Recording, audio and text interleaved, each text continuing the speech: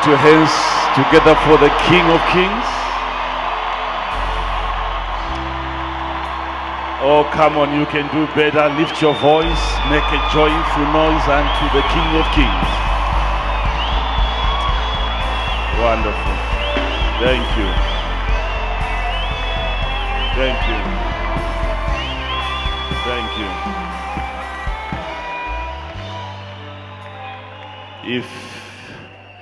If you know that you are not jealousy, let's put our hands together for the choir.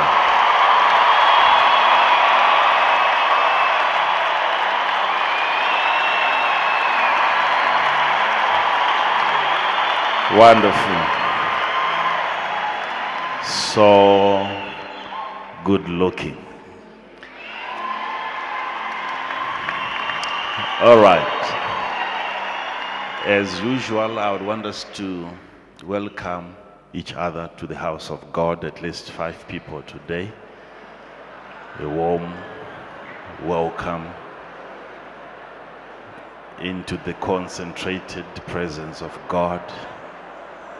Tell the person, I'm so glad to see you here.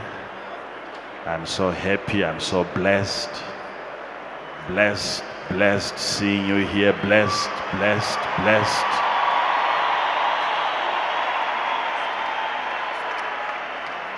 Oh yes. It is yet another beautiful day that God has given to us. And we would like to embrace it, take advantage of it, maximize on it, and get everything possible out of this day that God has given us. And we are so glad, so happy. You may be seated. You may be seated. Now, as we get slightly deeper into this subject of personal ministry, which is serving God, we are going to be looking today into the ministry of healing. All right? The ministry of healing. And I would want us to understand from the onset that all of us here, we are invited, we were called into such a ministry. We are by nature healers, by nature. It's in us. We can't help but heal.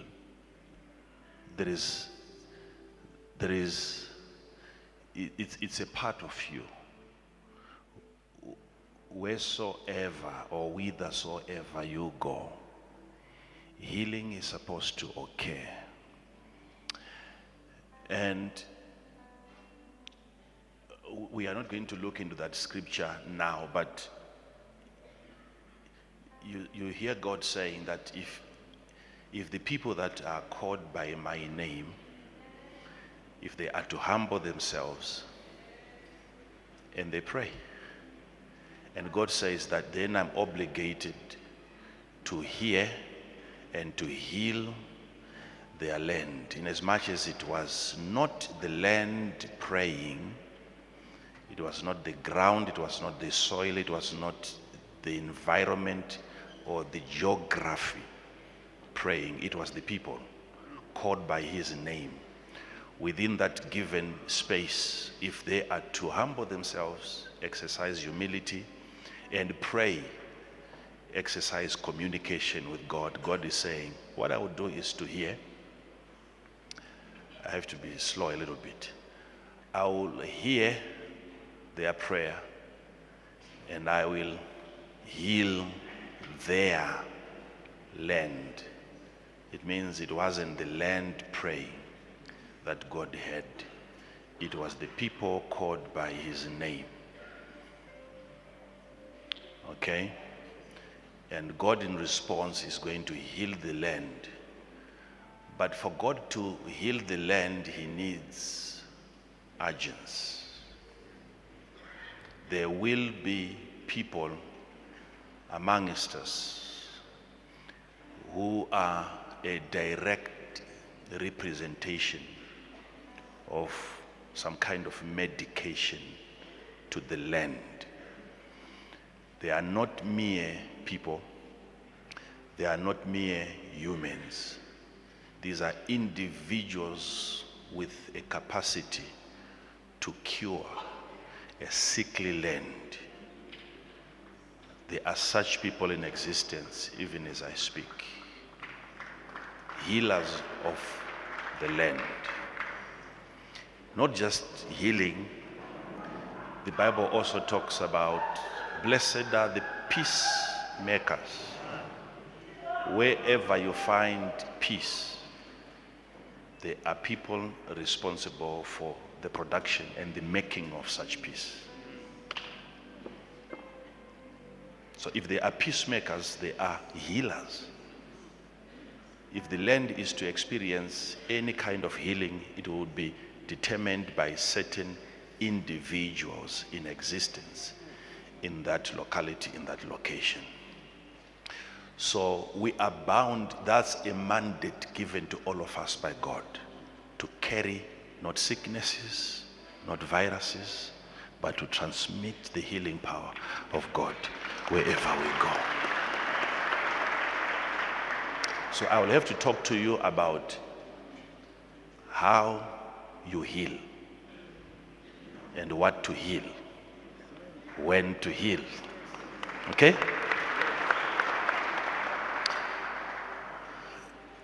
There is a place where Jesus made it so clear that if you believe, you will take up serpents and you drink poison, it shall not by any means hurt you. And then he goes on to say, because of that belief that you have, you will lay your hands on the sick, and the sick shall recover. So we're going to focus on that last part, where hands are laid and the sick recover. Mark 16:18. They shall take up serpents, and if they drink any deadly thing. Who are they? Go to some few verses before, even one verse before. Let's see. Verse 16. He that believeth and is baptized shall be saved. But he that believeth not shall be damned. And these signs shall follow them that believe. These are signs that will definitely follow you if you are a pastor, right? Them that believe. You have to be a prophet, right? Them that believe. You have to be an evangelist, you have to be an apostle. Them that believe. The signs ought to follow if you believe. So I don't know if I'm going to be able to finish this presentation today based on what I've seen, but I'll try my level best, because in as much as God is going to quicken some of you, empower some of you, yes, you will see that this power was present all along, but you just didn't know how to utilize it, how to make use of it. It has been there. So I know quite a good number of people today will receive some kind of baptism into this grace. This grace. You are the only cure available for the problems that mankind is facing today. I'm not talking of thinking of finding the cure. I'm saying God has found the cure. God has found the cure. You are the cure. We just need to know how to administer you properly as medication. We are yet to treat you as medication. That's the reason why you can't heal us. We are yet to recognize you as a God-given medication to us. To us. We have to know how to administer you. You have to know how to administer me. Are you following? Okay. All right. Because like I said before, there must be something that happens to a person that you bring here for healing. Healing must have occurred along the way.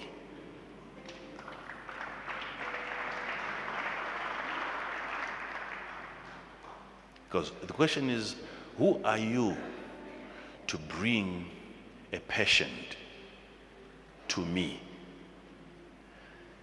Somewhere along that process of inviting a person to me, the miracle should have occurred. The miracle should have occurred. And by the time that you get to this place for the person's healing, the person must be ready for a testimony, not for the healing anymore. Testimony. The person still has to come to church, not for the healing, but for the testimony of the healing that has already what? Why? Because somebody who believed has already touched the person. You touched the person. So I want you to follow this closely. Closely. Pay maximum attention on what I'm going to say today. Because I'm going to be revealing some of my own personal secrets to you.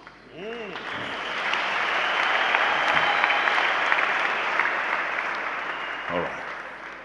And I'm going to be using a language that you are not familiar with. And most people, especially outsiders of this kind of faith that we have here, might find that language a bit offensive. Yeah, they will sense some bit of arrogance. But that is just what it is. One thing that I want all of us to be aware of is the fact that we are anointed. Yes. That's given. And this I can assure you that not just people, but the devil himself, he can't do anything about that. He can't. We have the power of God. We have the power. God gave us his power.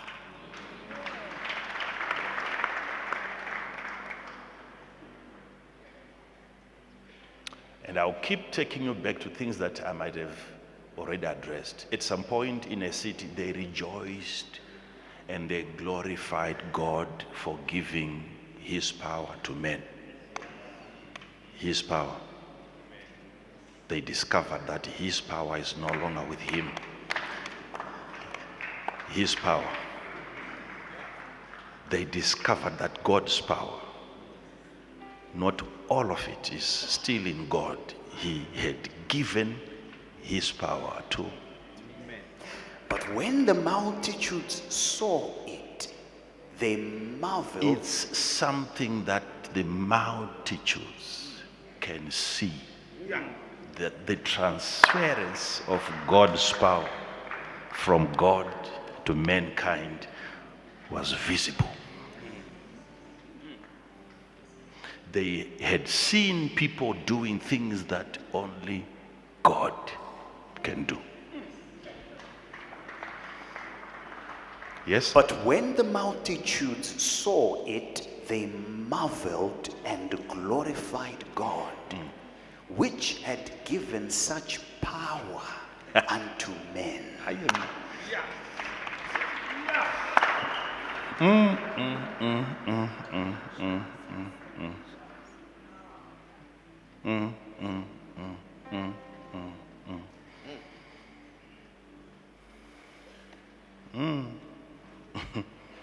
Okay.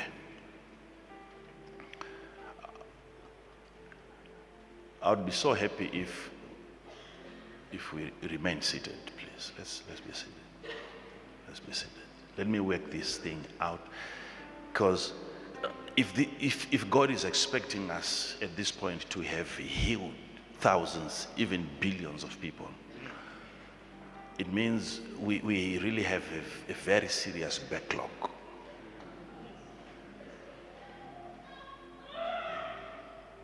People that you should have helped by now are supposed to be reflected in your account of miracles. They are supposed to be there, even as we speak.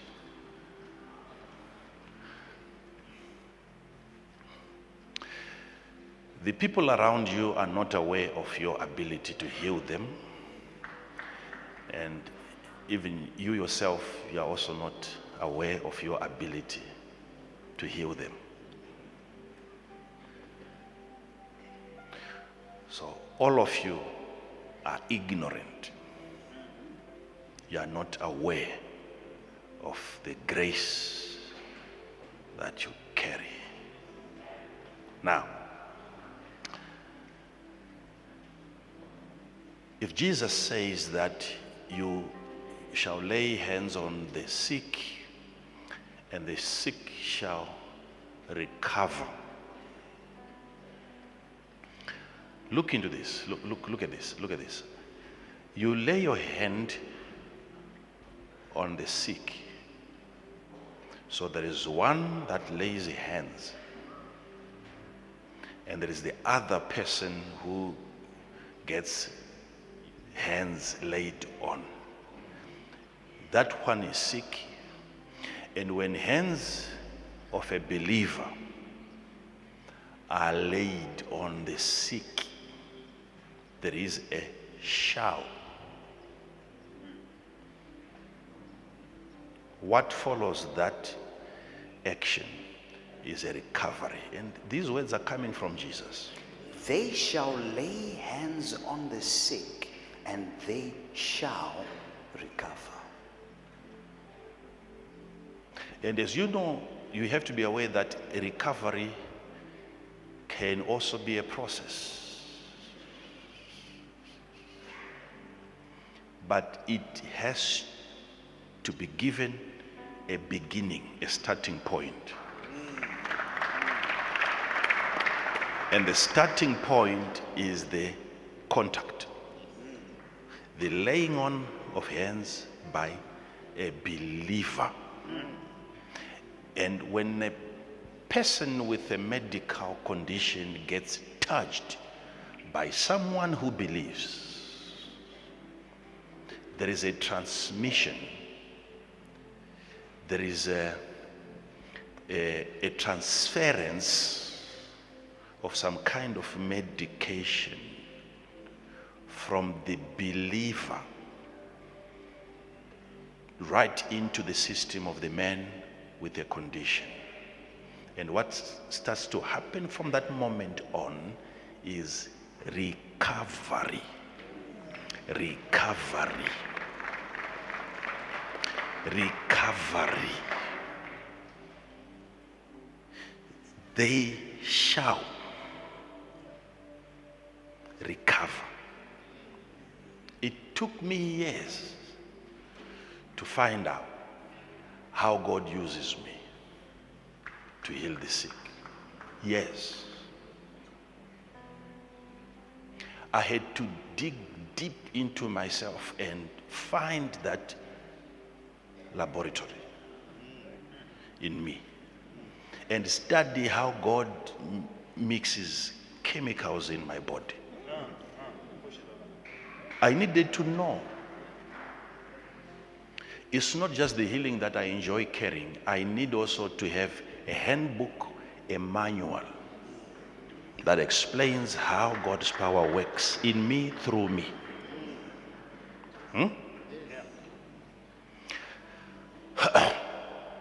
For instance, it's like when you see a scripture that says, I can do all things through Christ. Who what? Okay. So, if you would want to dissect that statement, you are listening to somebody who is aware of many things. Number one, he is aware that he is able to do not 2, 3, 4, 5 things, but all. So he's aware of his ability to do multiple tasks. He's aware. Number two, for Christ to strengthen you in order for you to do all things, it means he's also aware that performance requires strength. Okay? You will perform at the level of strength given. You have to be strengthened by Christ in order for you to do all things. So the fuel station here becomes Christ. As long as you are coming from Christ, having received strength, you'll find yourself doing how many things? All things. So if there is such kind of strength that empowers an individual to do all things, such strength ought to be looked into. Critically, we have to study that kind of strength. So the rest of the people with no capacity to do many things, what they lack is strength. Strength. They might have the know-how, but they lack strength. And there is only one source. People can visit every other place. There is only one source. It's Christ. It's Christ. Christ can empower a human being to do almost all things. Paul is saying, he's not saying I'm doing currently all things. He's not a pilot. He's not a pilot.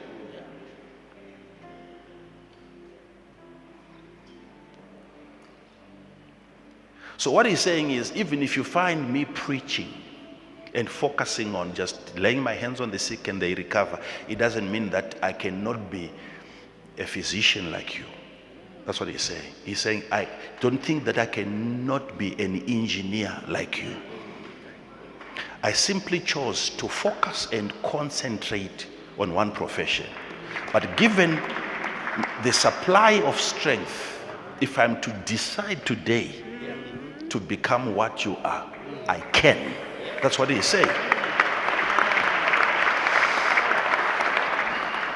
I can do all things through Christ, which strengtheneth me.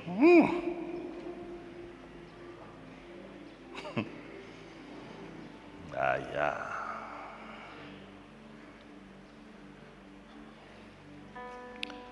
So if I'm going to think of healing someone,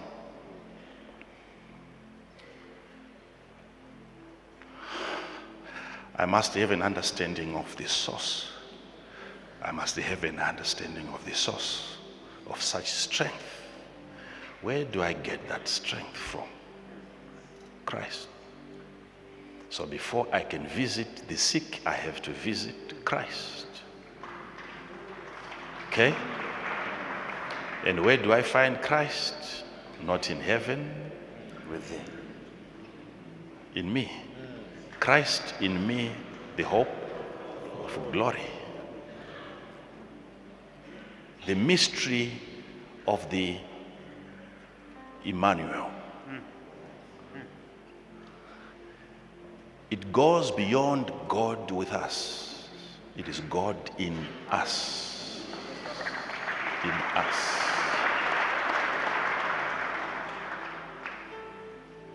So I have that source of power within me.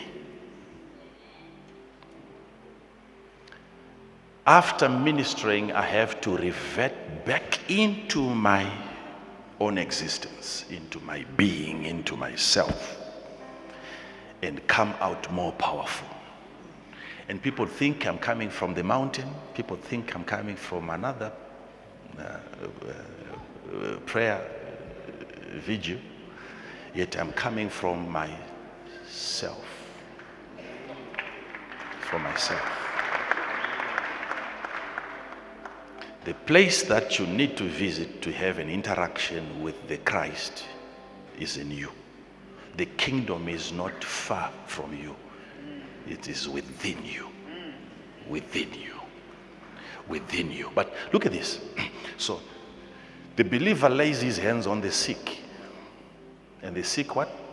Shall recover. Shall recover. Recover. Recover. Recover. Recover.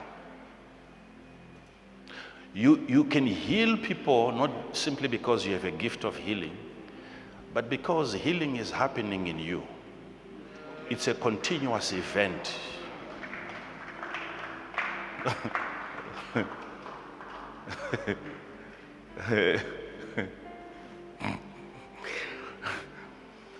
Your immune system has been empowered by God to get rid of your own immediate afflictions, diseases in your body. But you are so powerful in terms of how you handle your own personal diseases. You have been empowered by God beyond measure, beyond your level of sickness, your personal conditions. Because when your own body has managed to deal with the most immediate conditions and you recover from a sickness, still your immune system is raging. Its desire is to keep on performing, and it can perform beyond your physical border. It can go beyond your flesh. So I'm going to explain this part because this is the most critical part. All right. Okay. Don't sleep and try to wake up later thinking that I will still be here preaching. Please.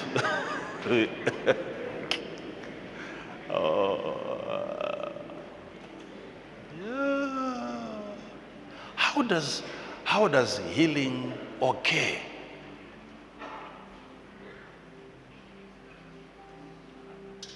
I can invite a person here and remove pain from his body.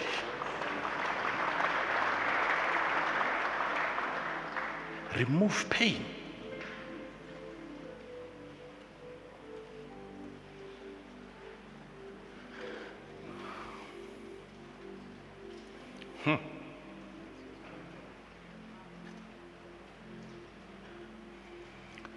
Asthma is an activity in the physical body that disrupts your breathing pattern.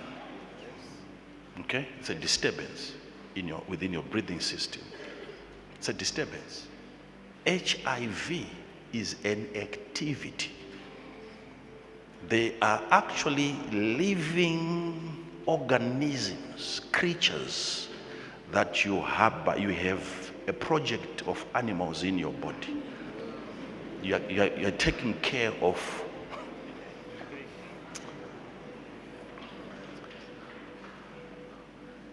the only time that you thought you had life in your body was when you were pregnant.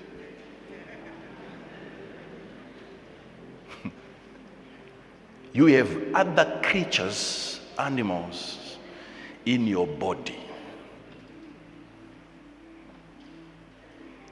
But the problem is that you just don't know how to deliver those ones. You can deliver a baby, you know it's after 9 months, but when it comes to delivering a virus, There is a way that people can be induced into labor so that they deliver their diseases.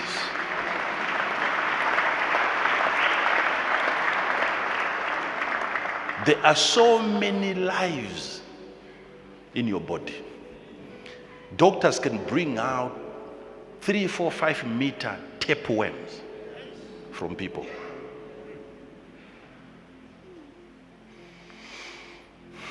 Are you following this? Yeah.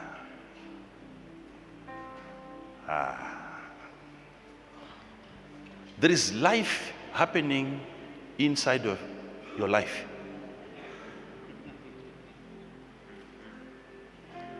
You might not have the capacity currently to look after your relatives, your brothers and your sisters and so on, but you have a family right now as I speak.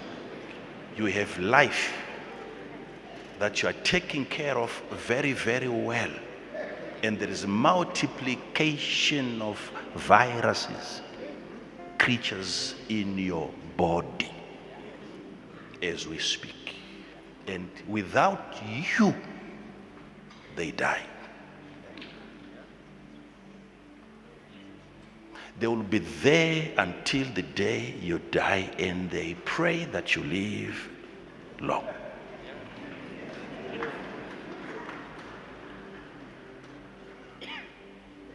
They depend on your existence.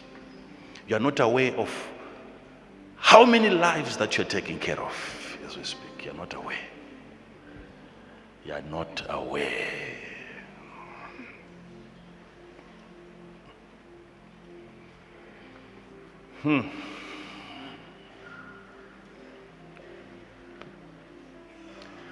Those creatures in your body are not in that body to kill you necessarily. They are there to make a living.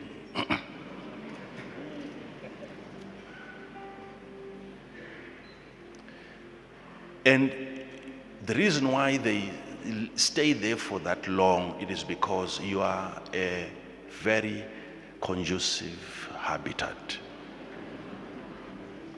You are a good environment for such creatures.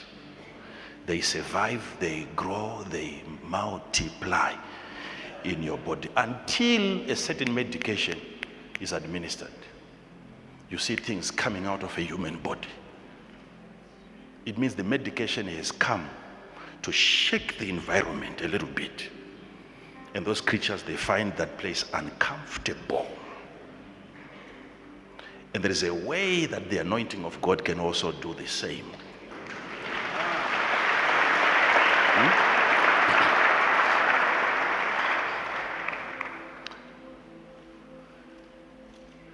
Sometimes it's amazing why after a tsunami you find that fish are dying, even the fish. Floods can kill creatures that live in the water. Floods. Not just because maybe they are being tossed to and fro, no, just a simple disturbance in water can kill fish.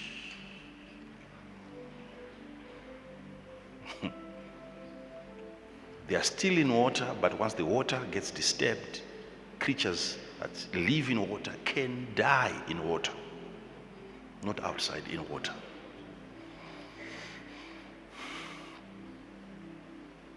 So there is a pattern in your body. There is a way that there is a routine.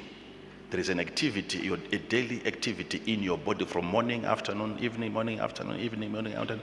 If we are to disturb that, we disturb a lot of things. A lot of things can be disturbed.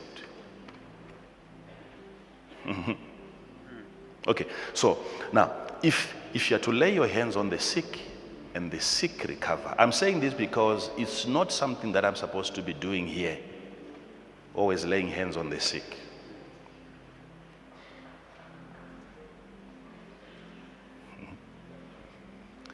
This is a sign that should follow every believer. If you believe and then you touch the sick, trying to bring them to me. I have nothing else to do.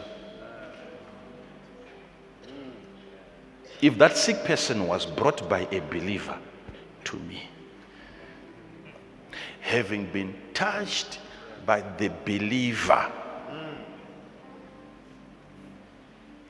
then I have no way to exercise that God-given ability that I carry to heal the sick. The question then becomes, who brought that person here?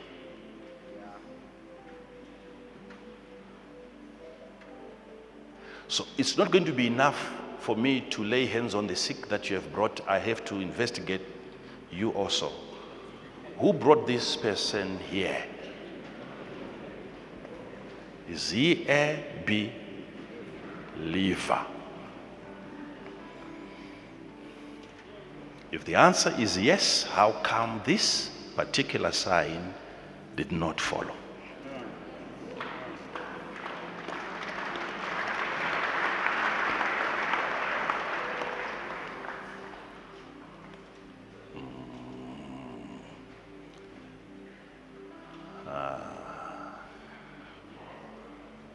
Okay. It would take some of you people, instead of few months, it might take you years because you are not too observant.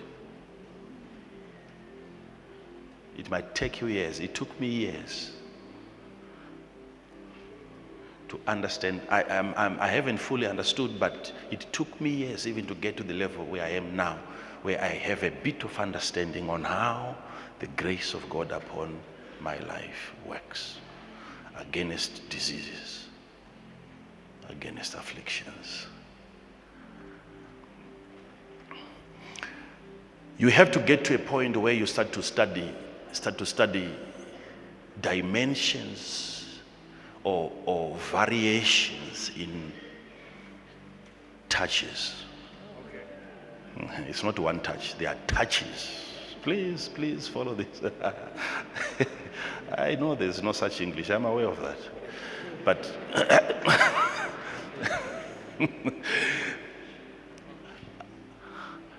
touching comes in different forms. Some of you are at a point where you now know that if I'm to touch, there should be a recovery. But you are not aware of several other forms of touch.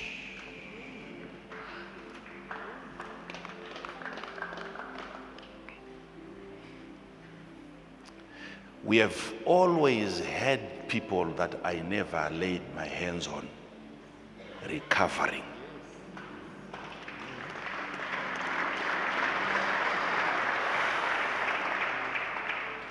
It's just one form of touch that they never experienced, yet they went on to experience another form of touch. And recovery was bound to happen. They recovered. Now, what are you supposed to do to have that power within you enhanced? You have to be, okay, besides, I don't know whether I should say this. Let me find a replacement. Something else. Oh.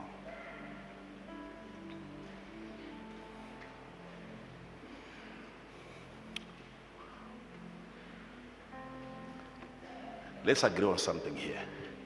If you ask God for a kind of power that you don't understand, that you don't know, is there a way of knowing that finally you have received it? Are you ever going to stop asking God for that power? You will keep on what? Instead of making use of the already available power, you keep asking. Knowledge will put an end to certain requests. Knowledge. You will stop asking. You are brought into a space of awareness your list in terms of demands becomes short.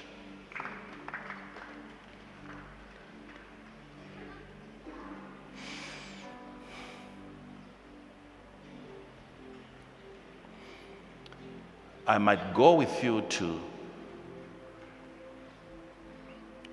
a place of prayer where we're supposed to be praying for the next 5 hours, and in 5 minutes I'm gone. And you think I don't like prayer. My list is short. Because of the many things that you're going to be asking us to pray for, I'm coming from a place of knowledge. Knowing that prayer request number 1, it was given. Prayer request number 2, it was given. Prayer request number 3, it was given. So I'll leave you there praying for 5 hours, and I pray for 5. I have finished in 5 minutes because I have an understanding of what has already been made available. Okay. So my confidence is no longer in praying for too long. My confidence is in knowing. I have 5-hour information that helps me pray for 5 minutes.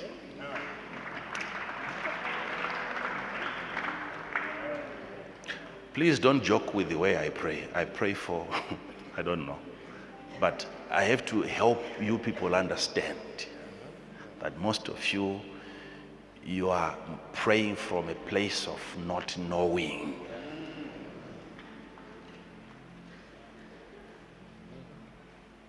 You don't know.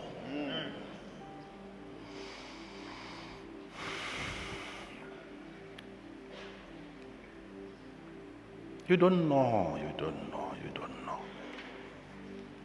You don't know.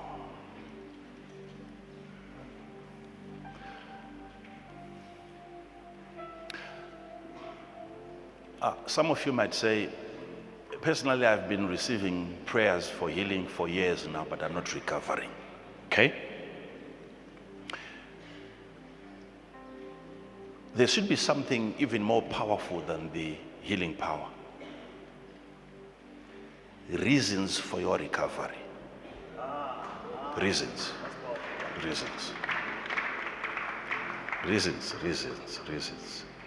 Have something bigger. Have something significant that you'd want to achieve in life. Had it not been for this condition, had it not been for this disease, this is what I was supposed to be doing in life. That something has to be bigger. Now, the size of that agenda, the size of your purpose, the weight of your purpose is going to weary the intensity of the condition. It will weary it down. You are deriving your energy to recover from a condition, and it's coming from a purpose that you want to pursue. I can't be on the sick bed, because as long as I'm here, my world stops turning.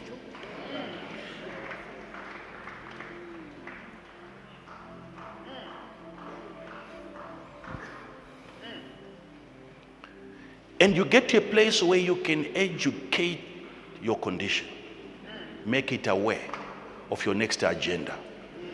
A disease ought to be told that yes, I'll give you a chance to stay in my body but for 1 week. I have a meeting next week.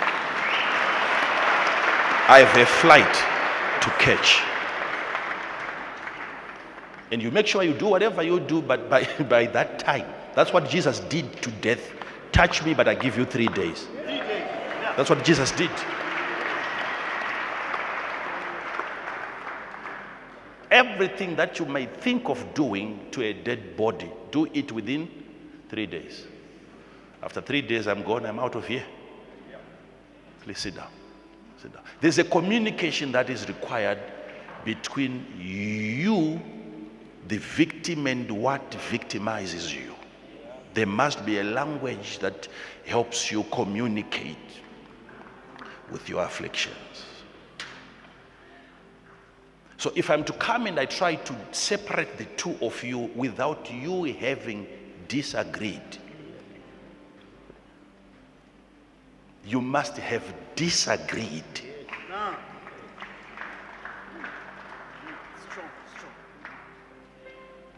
All I'm coming to do is to put a stamp on that disagreement.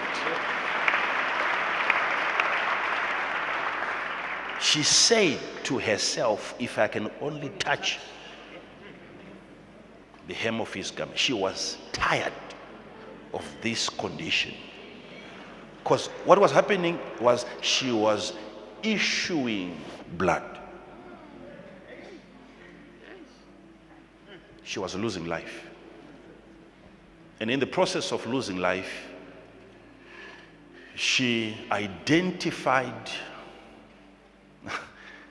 a human with potential, with capacity, to put an end to her misery. And she says, this is not going to happen again tomorrow. I need to touch, whether I get touched or I touch. If I may but touch his garment, I shall be whole. Okay, sit down, please.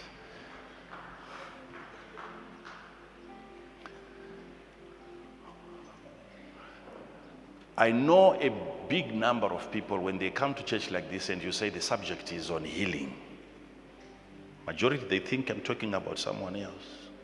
They don't find such a topic interesting because they are not feeling anything currently.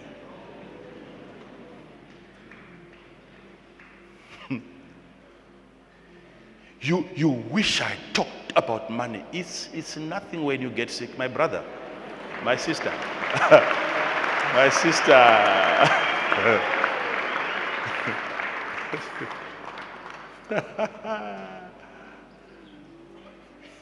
There comes a day, even greedy doctors, they'll openly tell you there is nothing we can do. We love your money, but there's nothing we can do here. Then that day, you will wish you had listened to this sermon like you were on a sick bed.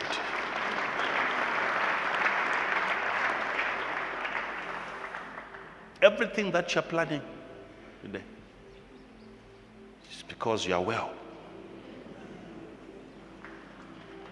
Plan all you want, but it's based on your health condition now.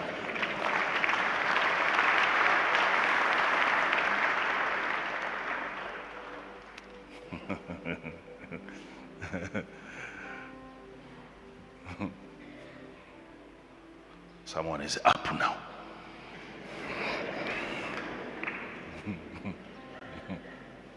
God doesn't bring a message to you for no reason.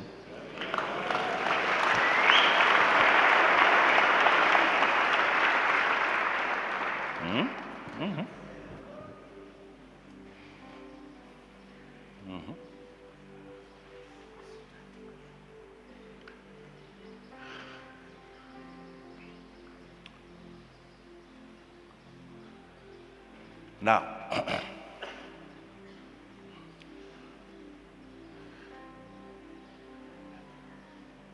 imagine, I said this before, a person can have a certain condition that is contagious. You sit right next to that person, you get it. And everywhere you go, you'll hold that person responsible. I'm sick because of that one. You're not pointing at the devil, you're not pointing at God. It's an individual who made you sick. But when it comes to healing, not many can identify an individual to say that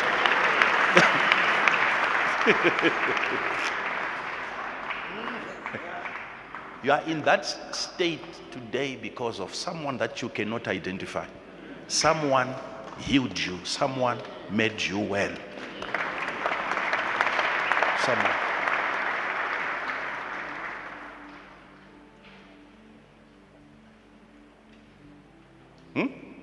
Yes. Jesus healed some guys that were not even aware of him, who he was, until he had to come the next day. And he says, I'm the one who healed you.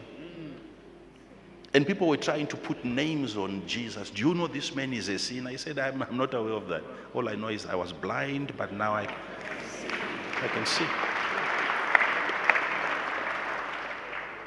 You want to call him a demon possessed? According to me, he's a healing possessed guy. He made me to see.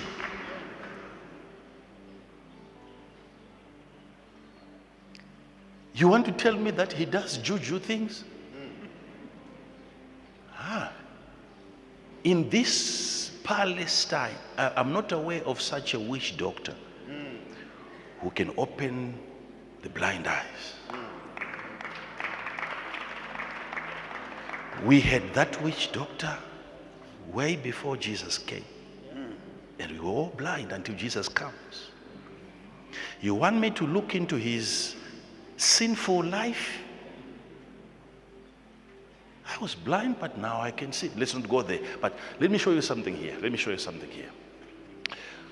So, what Jesus is saying is, if you are a believer and you identify a condition, a sickness, a disease, whatever is sick, okay? Whatever is sick, like I've given you a scripture before, right from the start, that God can heal the land. Okay. It means if God is coming to heal the land, it means the land can what? Can be what? Can be sick. Yes. The land can be sick. Trees can be sick. The soil can be sick. You wouldn't have put fertilizer into the ground unless you are trying to address a condition. It's a sickness. Fertilizer is medication against a condition in the soil. So before you can grow any crop, you have to take the soil for tests. You are checking the health condition of the soil. And whatever you are going to grow on that ground is going to be decided by the condition that the soil is suffering from.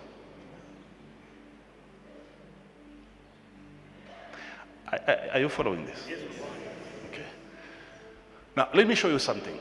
Be seated. Let me show you something here. Let me show you something.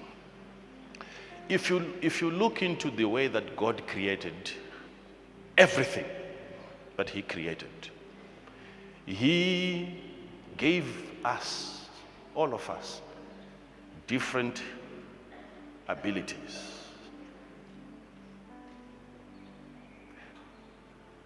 To do things, you will meet people with an ability to do things that you can ever think of doing. You can never think of doing such things, yet some people, they can do that reluctantly. When God formed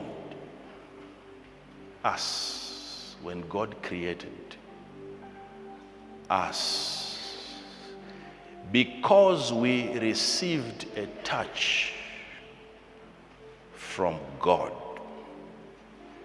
his nature is contagious. His attributes are contagious. He touched you and you became a living soul. Having been touched by the hand of God. And I want you to understand what remains on whatever God touches. Understand what remains on whatever God touches.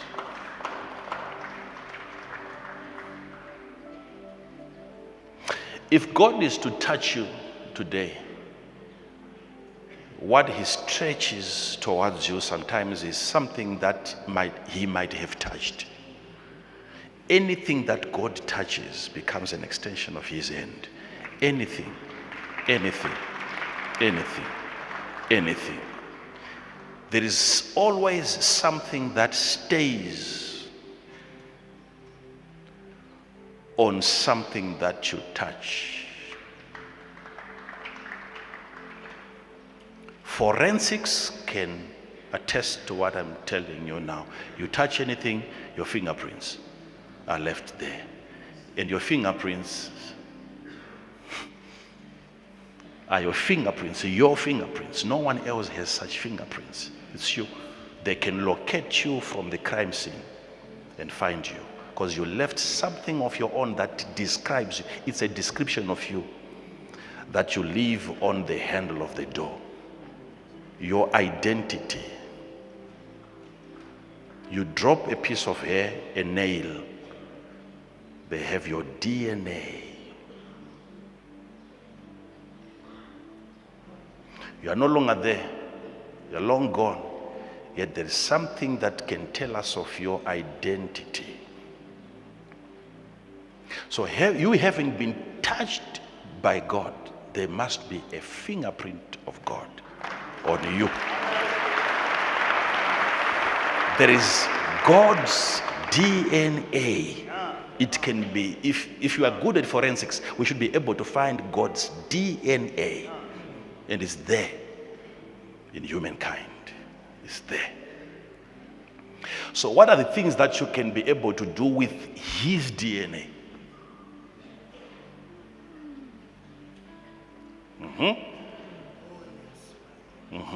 So if God touches you and you touch something and that something touches something, it becomes a ripple effect. The last thing that is going to be touched hundreds of years from today,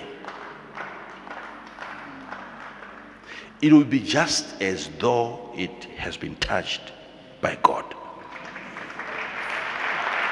Are you following this? God has made us distributors, not just of healing, but distributors of life. That's why he gave us life in abundance, surplus. Life in abundance. So that we find you struggling and gasping for life. We share. We share. We share. Now, there is this part that I want you people to be aware of.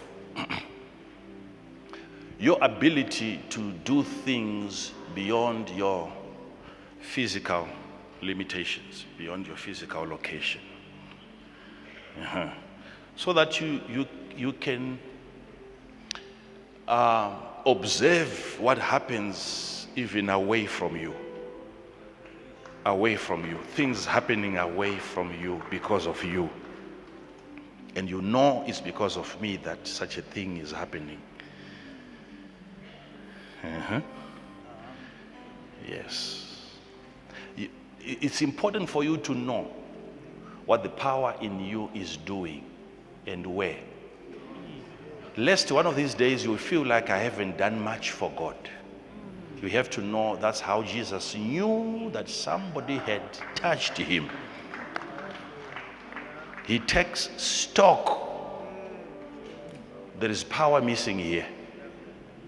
When I went out and I came back, I feel like I prayed for somebody, yet I never testified. I never preached to anybody. But how come like there was a discharge of God's power? It means where you sat somewhere, you spoke to someone about something. It had nothing to do with God. But you have just healed someone. But how do you measure that?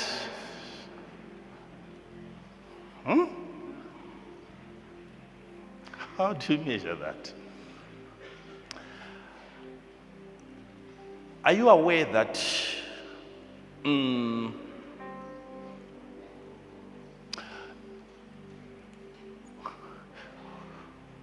when God brought matter into existence, matter, yes, the physical world, tangible, when he brought that into existence, matter emanated from the invisible, from non-matter. the Spirit brought out the tangible.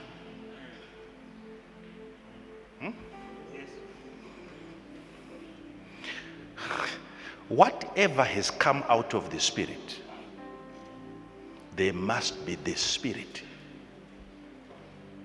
There must be the fingerprint of the Spirit on that matter. There must be the DNA of the Spirit on a physical matter. Follow this, because this is the part now. This is the core of the matter. You cannot emanate from a spiritual substance and not have some of the spiritual components attached to you.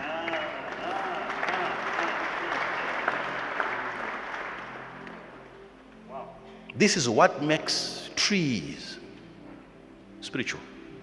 Yes.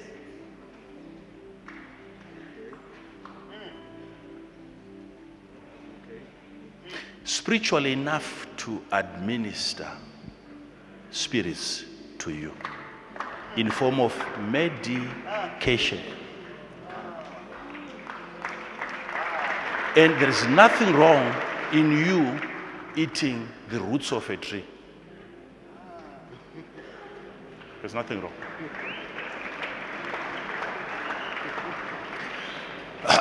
Someone here feels so liberated. Oh, now I can go in. You have been eating roots. Potatoes are roots. Yam is a root. Cassava is a root. Sweet potatoes, carrots are roots. All right.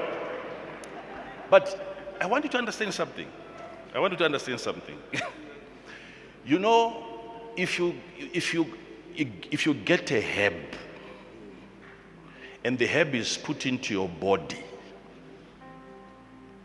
and it helps you recover,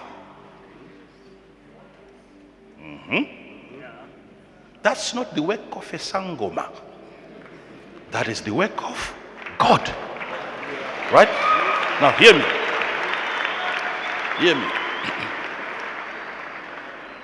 Hear me. Do you know that eventually every other matter of that root is going to be discharged? It's going to come out. There must be something that stays in your body that helps you recover. And that something has the DNA of God. That's something that stays in your body.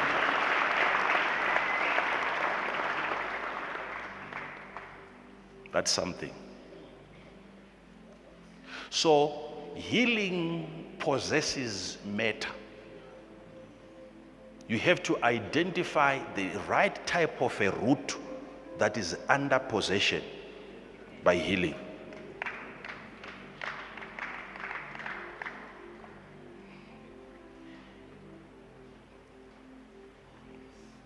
So when you drink that particular root, you are saying, I've identified a possessed root. You are possessed. You carry healing components.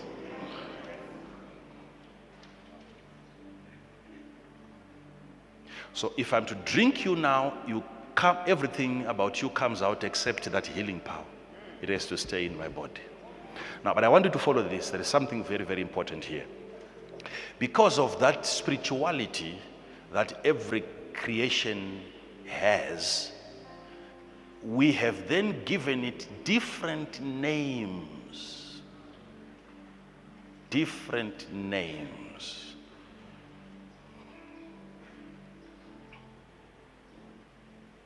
If I'm to look at you now, in terms of your size in the spirit, you are bigger than your physical body.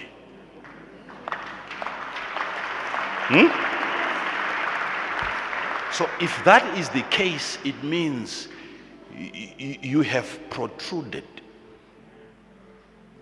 You have gone way beyond your physical matter. You are bigger than you look. So if my spirituality extends beyond my flesh, it means there's a possibility that I can touch you spiritually without touching you physically.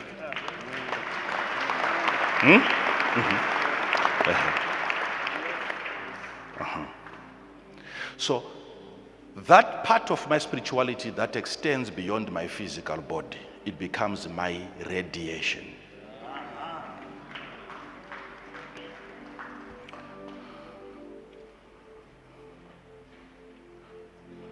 That's how the river flows. Shall flow out of your belly rivers of living waters. It's an extension of a river that runs within your system. At some point, it leaks. And if it's a water of life, wherever that river goes, life happens. So now, I keep saying this is the part, because I'm trying to drive you to a place that you should never forget. So everything else that God created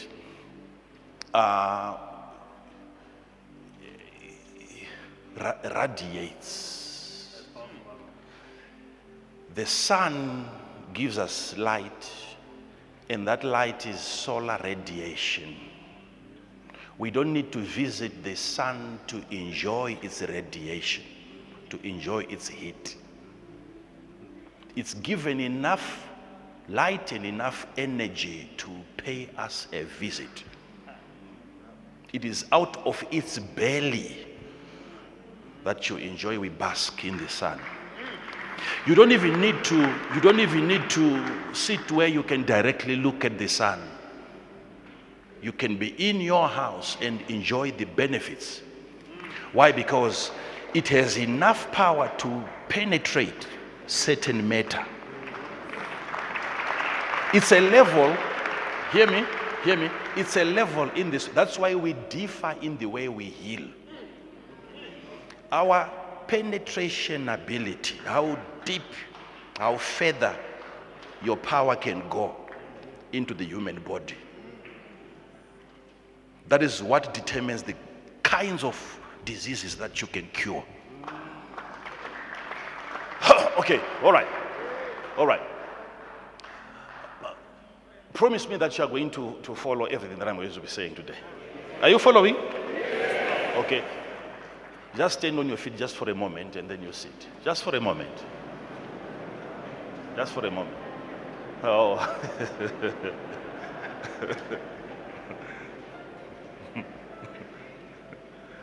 Oh, yes.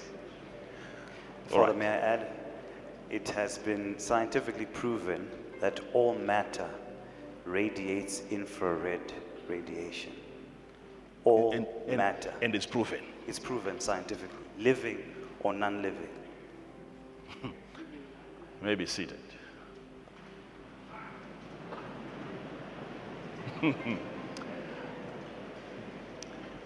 Now, what I'm telling you, like I said, I came across this information years back because I was hungry. Wow. I needed to know. Yeah.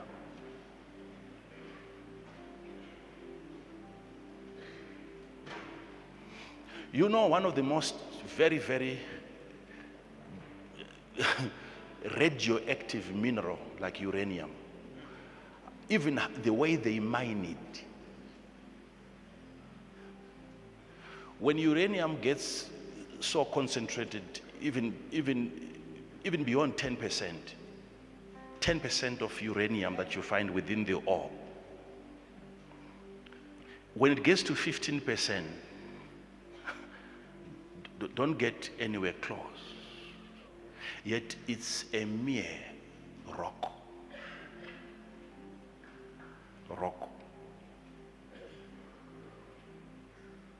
Rock, it's a rock.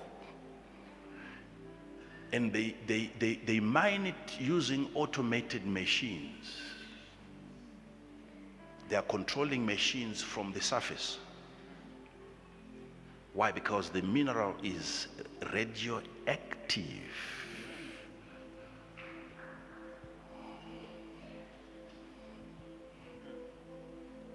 radioactive. And the effects are so devastating. When the nuclear plant in Ukraine in 1986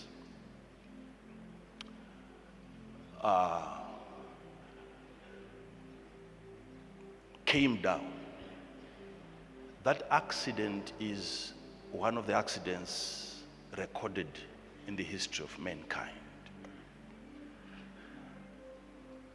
What were they treating in there? Uranium.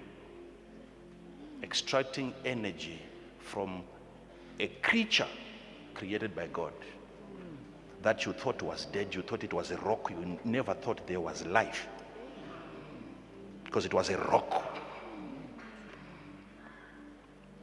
Yet that rock, it has activities beyond its physical border. There is, if you are to walk towards a highly concentrated uranium, as you get close to the uranium, it starts laying its hands on you. It's touching you. I'm trying to help you understand how far you can extend. Because even us, we were made from dust, soil, mineral. We are mineral components put together. So,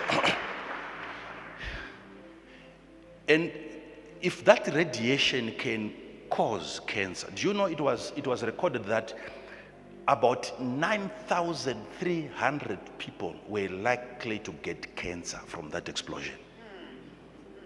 9,800 people were bound to have cancer simply because of the radiation from that explosion. And it was powerful enough to touch 3-4 generations. A radiation, an impartation of that kind of evil grace can be given to one person, one ancestor, and the entire generation. Children will be born according to the pattern of that radiation. And who laid hands on your ancestor? Uranium. One stone. He came into contact with a stone. You shall lay hands on the sick. So I'm coming to that part where you lay hands on the sick and something happens to them. Because if radiation can cause cancer, it is also proven that if it is channeled properly, regulated properly, it can also cure cancer. Radiation.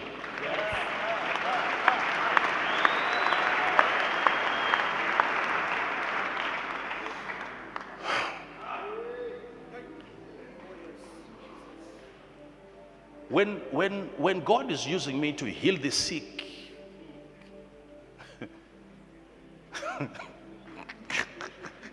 yes, there is radiation. You must be aware of that. What is it for a man of God to visit you in the hospital? What is it that you wait for to come? What pays you a visit in the hospital?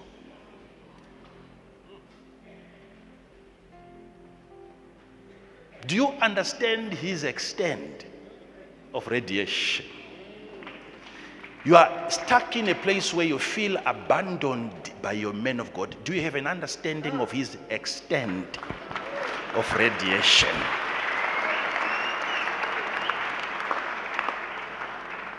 If you think I never visited you, how come you lived to tell the story?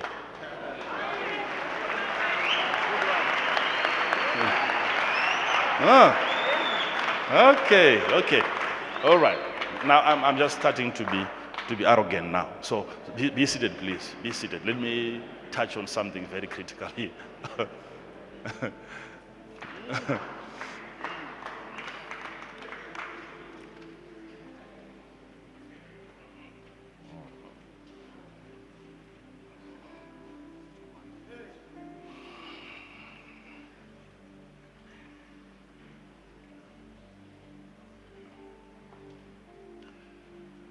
Scientists are simply giving names to God's creation. You know, before they could tell that this is radiation, they could see there was a way of identifying it, but they didn't know what it was. And them calling it radiation is the term that it's a scientific term that they chose to give to it, not knowing whether God calls it radiation. But before they named it, it was there. So that you understand, we are not talking about science here. We are just talking about science confirming what God has what? Has created. Okay. All right. So they are coming to say, now you see, these radiation, they come in different sizes and they carry different power. Radiations. There are so many things that we eat that are radioactive. But the percentage is not significant. It's not dangerous. Yes. Even as humans, we are radioactive. Whatever you eat, whether it's beans, there is potassium in beans. Potatoes, yes.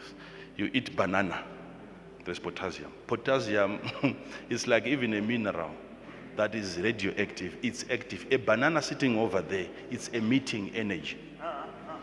It's not dangerous though. I'm just saying. It's not. I'm simply saying, eating a banana, you ate something else, not just a banana, potassium. And from that moment, you are also activated. Your radiation increases. Not after prayer, I'm saying a banana. A banana. I'm trying to find ways of simplifying some of these things so that I can bring you to that place of healing where you know exactly what you are doing when you are healing the sick. Are you following so far? Please, there's nothing complicated about what I'm saying. Just to follow, just follow. Force yourself to follow. Yeah, no, you just tell yourself, I'm understanding what he's saying. Yes. Yes. Now, what is amazing today is that, do you know the firefighters who came to rescue people at that scene of the accident, when they got admitted in the hospital, most of the people that survived, they went back home and they made the people at home sick.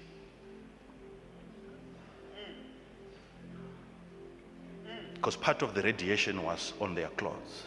They were not aware of what they were carrying. All this, I'm saying it to bring you to a place where you will understand why they would take handkerchiefs from the body of Paul.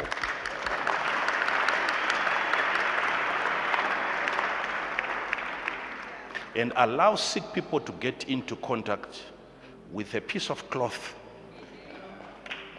that once touched the body of Paul. What is going to amaze you today is that when they discovered that, even in the hospital, the firefighters, they had to surrender their clothes. And they had to keep those clothes in a basement from 1986 until today. If they test, there is still radiation. Today. On the clothes, today. How many years ago? This is going to help some of you people understand how mantles work.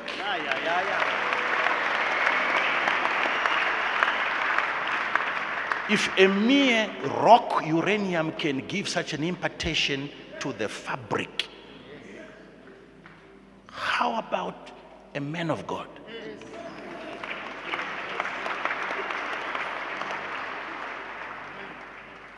Why were they burning books and artifacts in the book of Acts of the Apostles?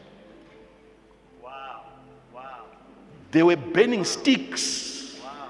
If you had inherited a stick from your forefather, they were ready to burn it. They had an understanding of the remains of uranium. All right, okay, all right.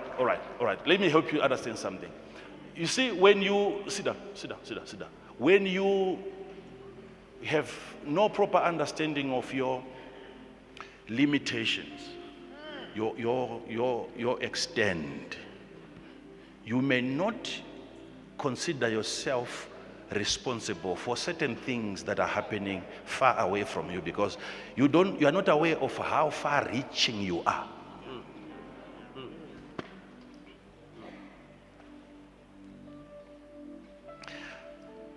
I'll give you these examples. When you, if you're putting on a good perfume and you're known for that type of perfume, even when people's eyes are closed and you arrive, they may actually know that he's here. It means there is something on that person that goes ahead of him.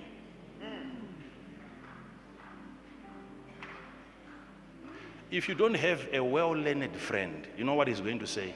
He's going to say, your perfume smells good. Because he doesn't know how to compliment.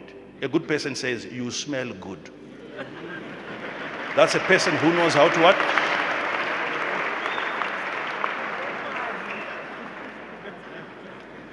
A friend who doesn't know how to compliment, he will separate you from what smells good. Yes.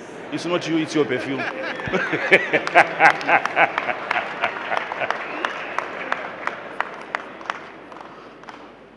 But a person who knows how to communicate, he makes you one with your smell.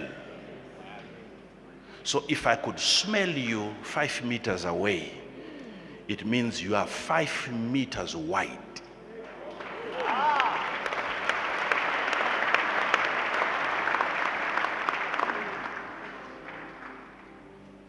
How big is a rat?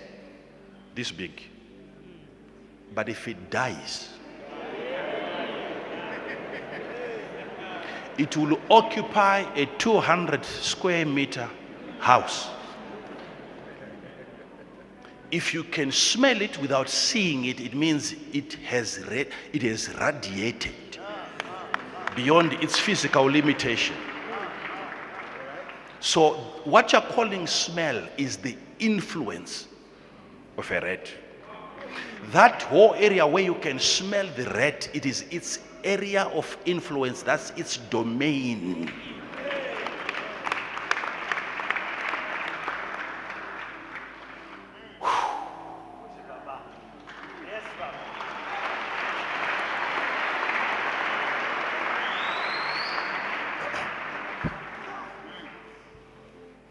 It's no longer limited to a certain corner somewhere.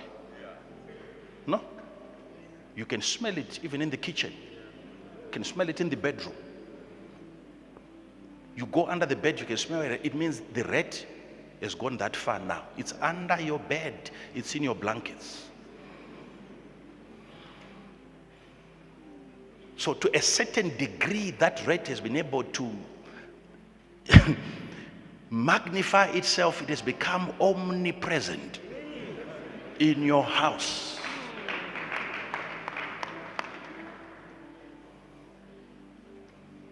So I'm showing you something that we call smell. It's a name that we gave to radiation.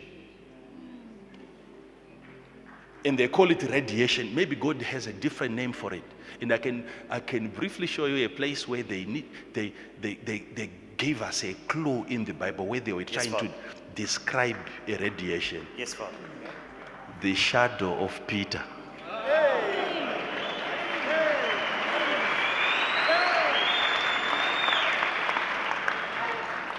My brothers and sisters, that story had nothing to do with a shadow.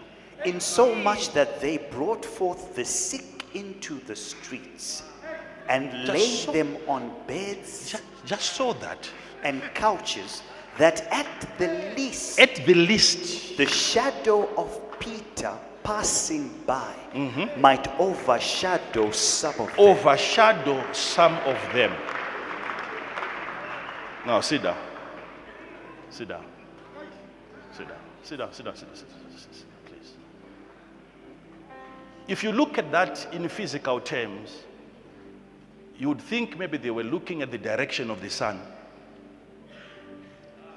and then they would know where to lay the sick. No, they are talking of his area of influence. And these people were very much learned in spiritual matters to a point where they could identify the extent of Peter's healing power. The extent. The extent. The extent. Let us get our people close into his radiation. Something is coming out of his body, and if we can stay close enough to his body, our sick people will recover.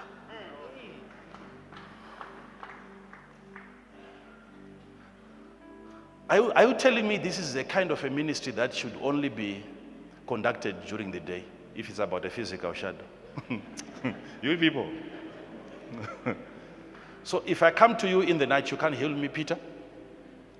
What kind of a ministry is that?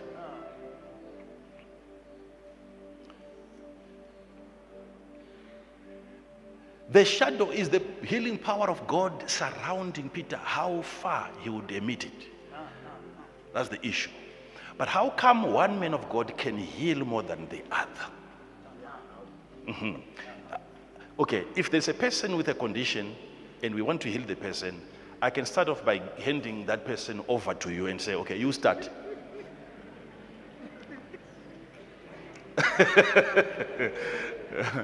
And you pray for the person and you say, nothing has happened, please prophet, take over. But according to the way that we measure the impact of spiritual activities, somebody can even tell you that, you have gone this deep into this problem.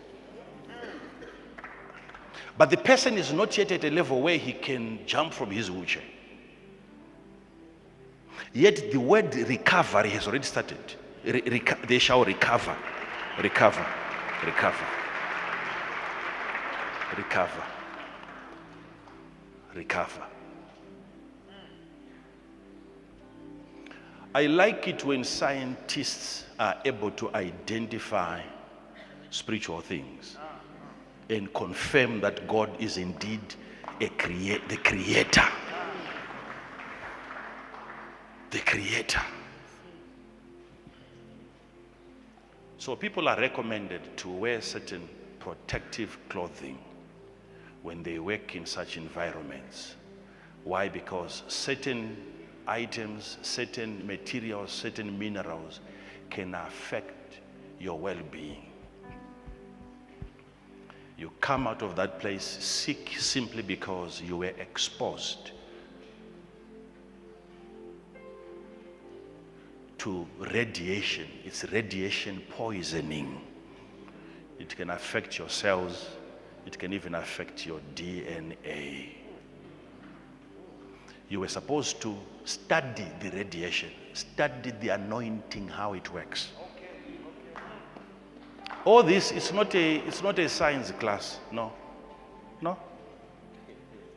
Because I'm giving you scriptures. How can an Ark of the Covenant kill 40,000 people without them touching it?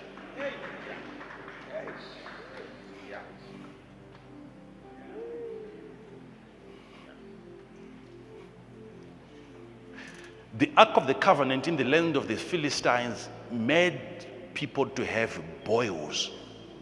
It made people sick. Dagon fell without being touched physically. And the image of Dagon was matter. It was a physical object. And the ark, without moving an inch from its place,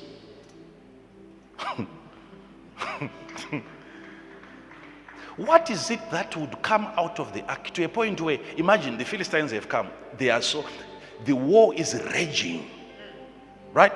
and Israel is experiencing defeat, and all of a sudden they hear the ark has arrived. And the story changed, and there's jubilation in the camp, and the Philistines are saying, why are they so excited? And the news goes like, the ark has come. You people tell me, what sort of warfare strategy? What is it about a box in terms of warfare? Why would Israel be happy that the ark, and the Philistines knew that they were in trouble? There is no missile that is ever going to come out of the Ark of the Covenant. There is no bomb in the Ark. There is a rod of Aaron. There is manna. There are 10 commandments. And why would people have their victories guaranteed by the arrival of a box? It is the radiation. What comes out of that box? The box radiates victory. Israel knew that the box, once the box arrives, it does two things. It's either it gives us power to overcome our enemy, or it weakens our enemy, so that at our minimum level of power, we can defeat him. And when the Ark of the Covenant came into the camp... Don't worry.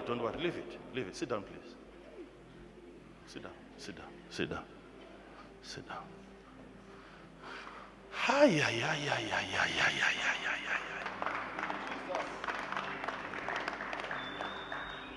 Why is it Jesus came to Israel, he did not come to Zimbabwe?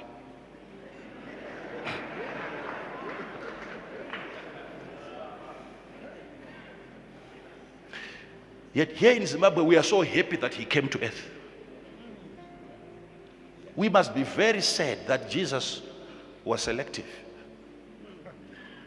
If he loved us, how come he did not come to us?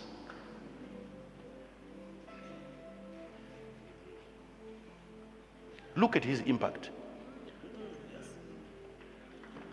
Even 2,000 years later, look at the effects of his radiation from Israel, from Palestine.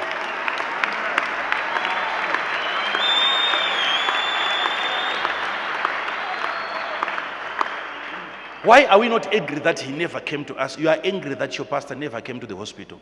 Jesus never came to Zimbabwe.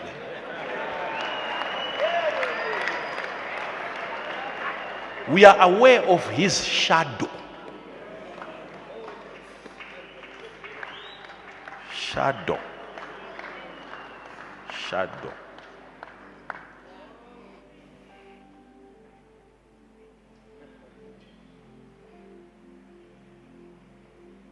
Some years back, I really enjoyed when I was studying this power, how it works, that there is the power of God that is in the supernatural mode, spiritual mode, and there's the power of God that is so invisible, yet it is in the physical.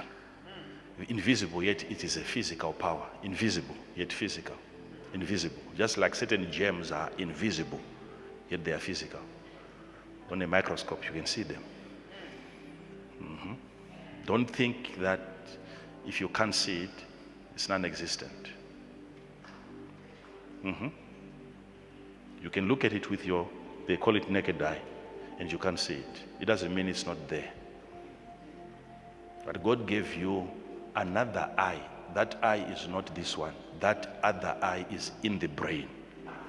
That's why you can, yes. When you bring out that eye, it's in form of a microscope.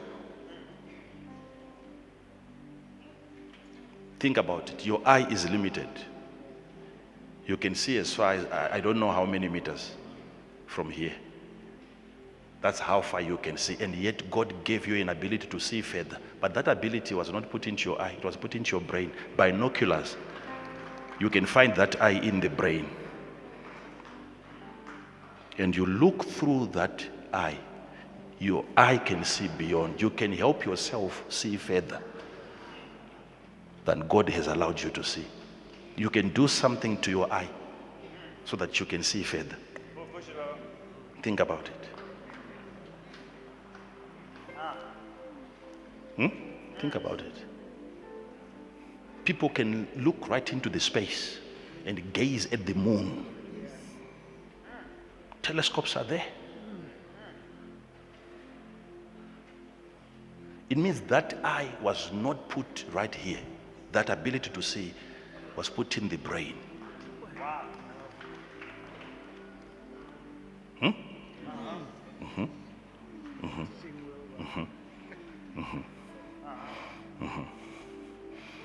So the ability in your eye to see, there is another ability that can surpass that. That ability is not in the eye, it's in the brain. The money in your pocket is little as compared to the money in your brain. It was put somewhere, not in your pocket, in your brain here. It's here.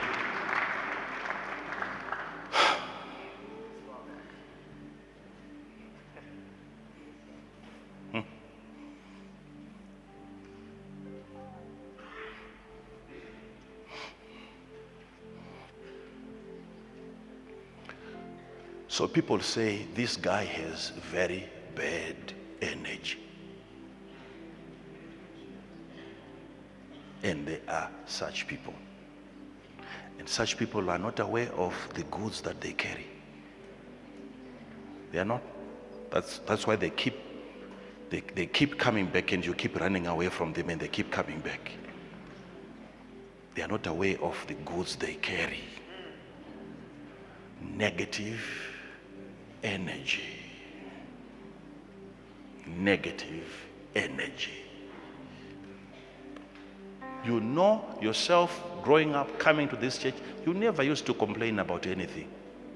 But you met a friend.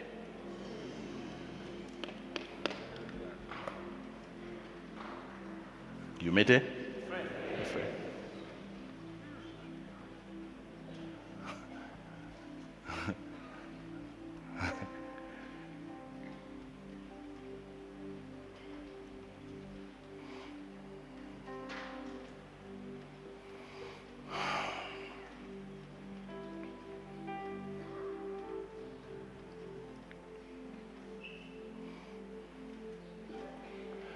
At least these people had learned people.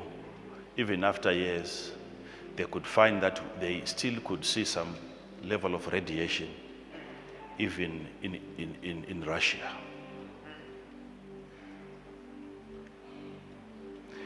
And they were able to locate it back to that location, to that place where it happened. So they knew this is where it is coming from. Yet most of us cannot locate where some of these cases are coming from. They were able. We are having this problem here because of what happened in Ukraine.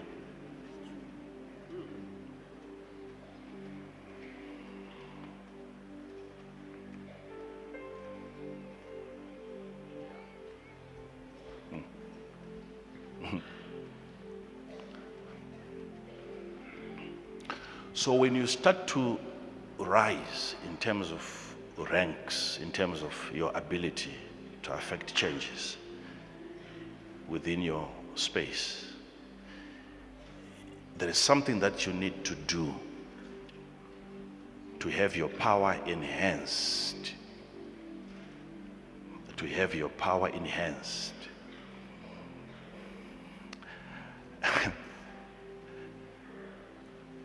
Especially when it comes to some of my testimonies that I share. I've living people still alive today who can testify. Of course, there was a time when I really sought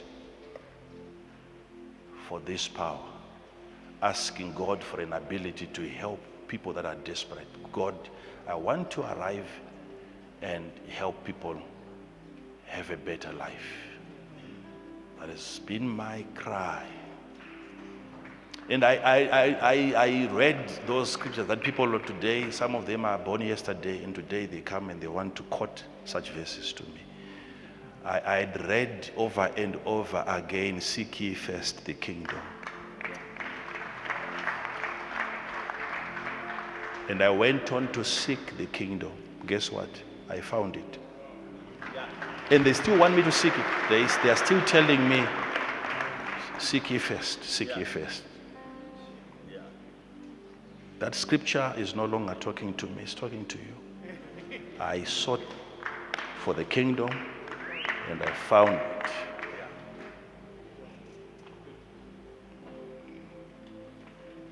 And I said to God, I want to be a problem to the devil. I want to be his greatest irritation wherever I go. I don't want to be praying every time. I don't want to be laying hands on people. No, my presence.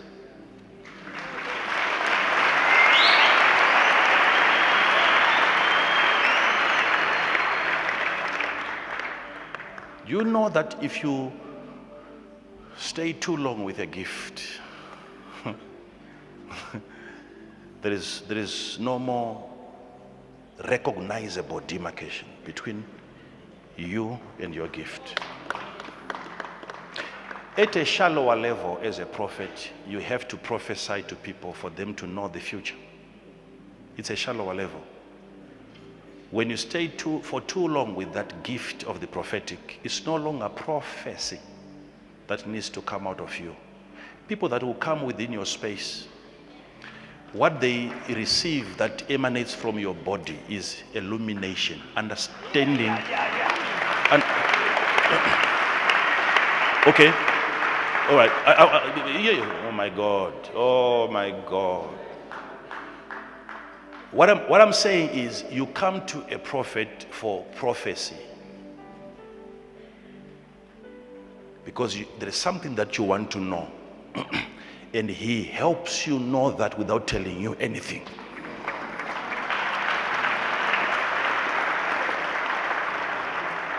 What comes out of his body, what you can glean from his presence, is enlightenment. You are enlightened simply because he is present. How did Jesus open up their understanding of scriptures? How did he do that? He did not pour oil on them. Jesus seems to know where the button is. He seems to know how to regulate the energy, so that ignorant people around him all of a sudden can start knowing. He made them to know.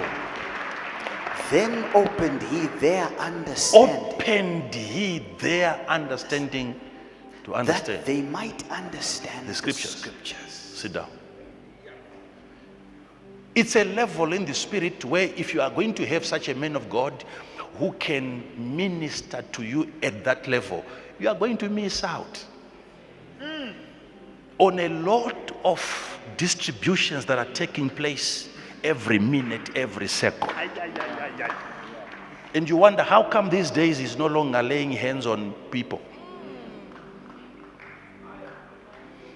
I have to keep coming back to that inferior dimension because of new people that are coming in, and some that have been here for years and they are not growing, and they hunger for that level of operation. So we do that only to satisfy those that are yet to understand the extent of our spirituality. The extent.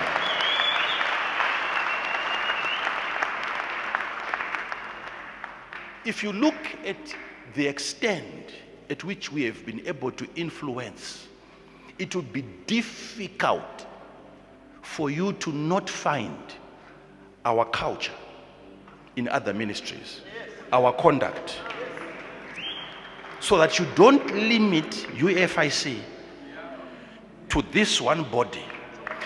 You must, there are things that people never used to do in their churches.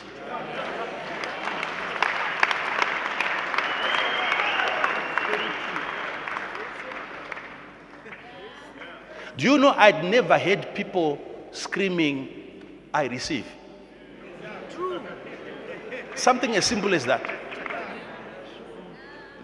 Go and look into old tapes from as far as the history of the church is concerned.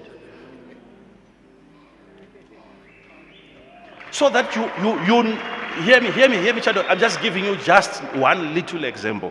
But I'm talking about the extent of the radiation the extent. One entity can influence the rest of the entities around. And people are doing things according, even if they go to church, hoping they will hear about Jesus, they will hear about us. Okay, you don't understand what radiation does. Sit down. You can see that the preacher is under a very serious torment. He's pressurized to include me in his delivery. I have to be somewhere. That is the power of radiation. Radiation.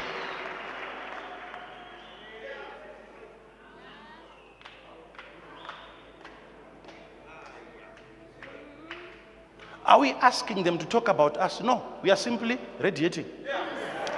We do our thing.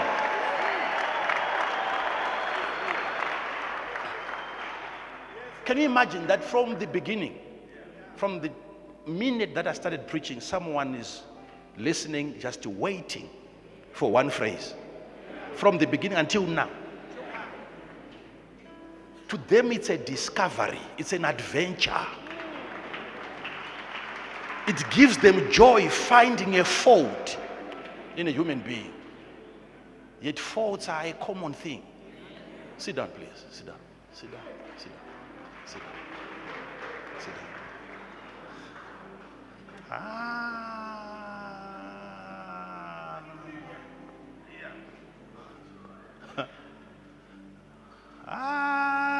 Are you following this?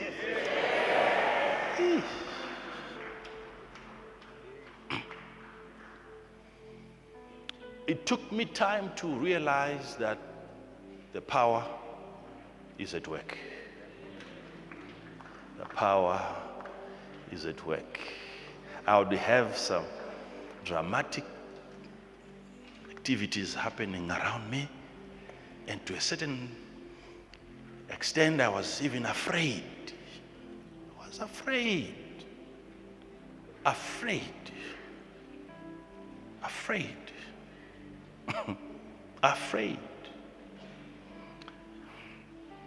You know, my father, my biological father, is a very, very strict man, very strict. He would not give you access to something of value without properly assessing your level of carefulness. If you're not careful, he would not give you something as simple as a tractor, driving a tractor. He would not allow you to drive his tractor if you don't know what you're doing. From the day that you start driving, he will start to monitor the health of the tractor. You look after his goats, he will monitor the health of his goats. And he will blame everything on the shepherd.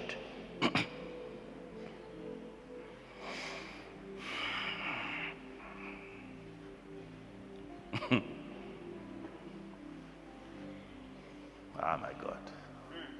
The only time that my father allowed me to hand over the tractor to someone, and that someone is part of our ministry, is here. I don't want to show you the person. That's the only time my father said, I have no choice. Because I'm the one who used to go cross the river and go to villages and carry people from villages to come into our farm, into our field, to work from morning till evening, and then I have to take them back. Now, it started happening slowly but surely, and it became something that was very, very, the power became so hazardous. It became so dangerous. At one point they had to stop me from driving, and I looked back, I realized that the trailer was now empty. People would manifest, I'm not praying, I'm driving.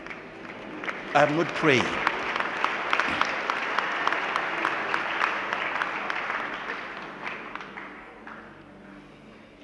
It's empty. People are manifesting, jumping out of the trailer. Some are rolling. It had no barricades around it. It became dangerous. I had to stop the tractor and we had to go back, trying to attend to people. No one was hurt, but that was uncomfortable. It's a power that I was not yet in control of. I didn't know what to do with the power. That's the only time my father said, now let's have someone else drive. You stick to plowing, because nothing is going to fall there.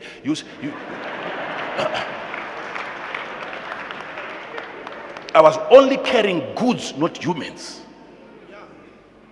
It's happening, not like you are praying and people think they connect to what you're saying. No prayer.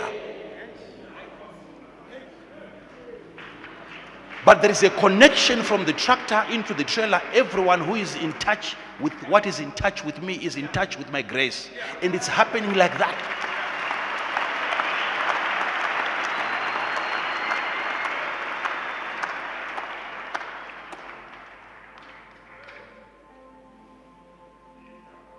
Are people listening to what I'm saying? Yes.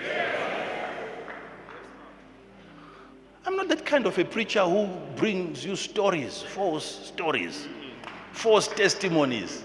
No, the people are still alive. We showed you some of the people, Anamai Masama.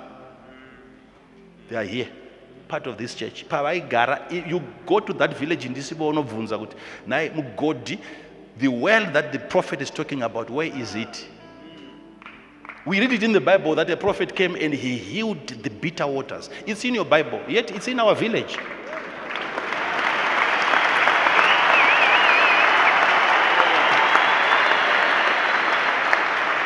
Some of you, had it not been for the Bible, you were never going to know that prophet can do such performances. Yet to some of us, all we needed was a village, not the Bible. Village.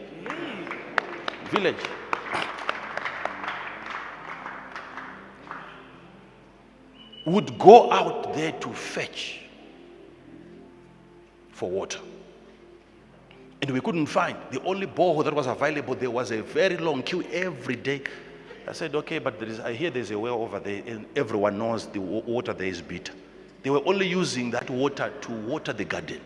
And you would see salt on the leaves of the vegetables.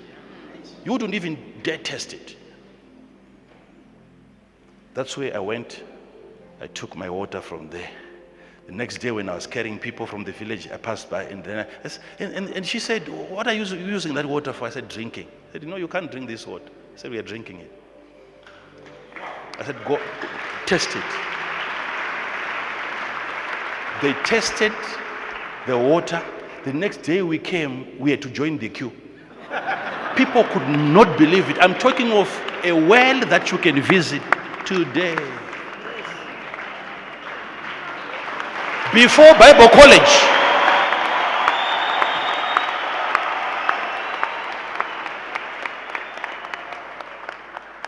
Sit down, please. Sit down. Sit down. Sit down. Sit down. Sit down. Sit down.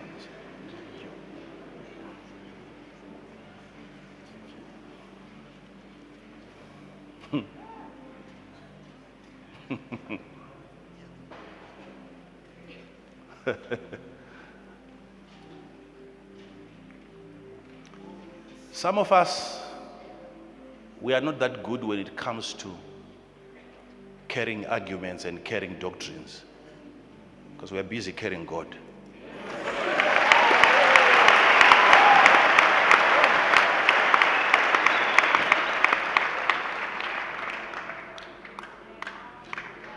Someone can seek to disagree with what I'm saying, but at least people should listen to someone who can practice what he's talking about. It's not about words. He's coming lying to his people that the power of God works like uranium and at least the man with the power has the right to explain what he feels. I have a right. You explain what you feel, and we are all aware that you feel nothing because nothing happens around you. I'm simply trying to describe because I had to study. I wanted, Jesus, how did you know that power went out of you? What was your feeling like?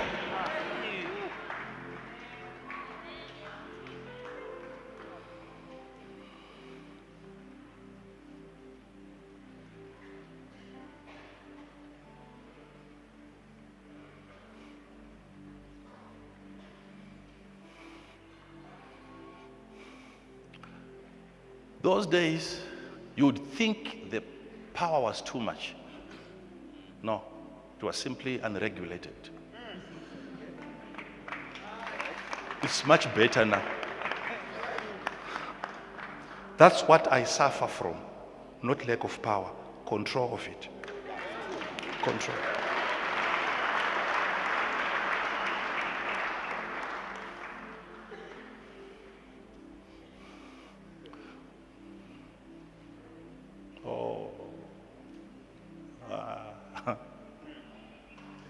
If I'd allowed that power to keep coming out, I was never going to be a good teacher of the word. You would not have a chance, my sister, to listen to whatever I'm saying.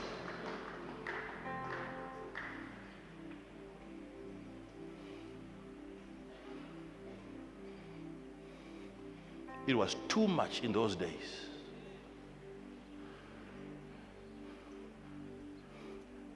And it would disturb a lot of things. We would have to pray for people to recover from spiritual experiences, even physical experiences.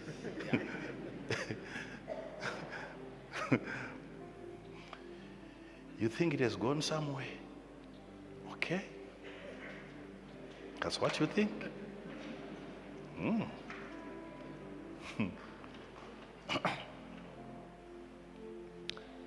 I'm closing by showing you this. Because this is not about me, it's about you, knowing the power that you carry. You know, if this power comes in different forms, in science they gave different names to these different levels of power. Alpha, beta, gamma. This is science. They are giving scientific names to something that God created. These are different levels of radiation. Huh? A radiation, it's I don't want to get into that part, but let me just show you something here.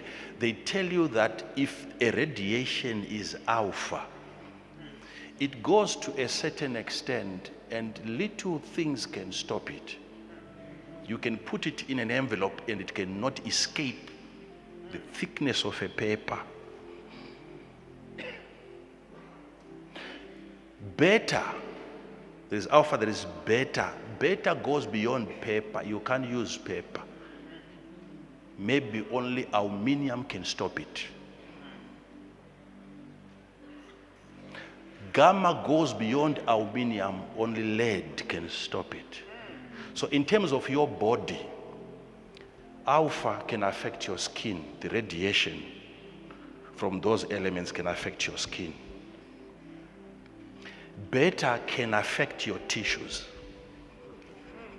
Gamma gets right into the bone. These are different levels of radiation. I'm talking of different levels of healing power. How deep you can heal people. Okay? And you grow from these levels, from one level to another. When the Bible talks about from grace to grace, from faith to faith, okay? Grace to grace, faith to faith. From faith to faith doesn't mean that you are moving from one faith to another level of faith. Faith to faith, you are moving from having faith into becoming faith.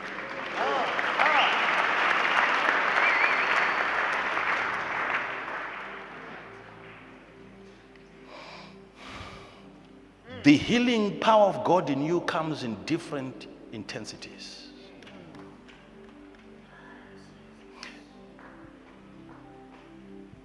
I somehow know that person has been made whole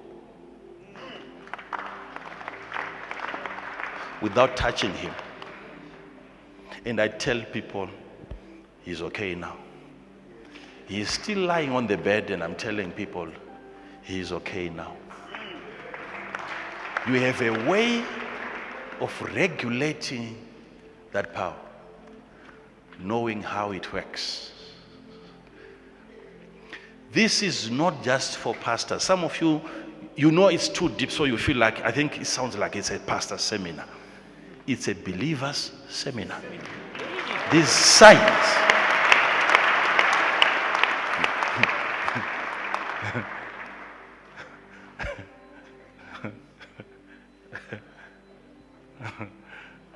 Oh my God.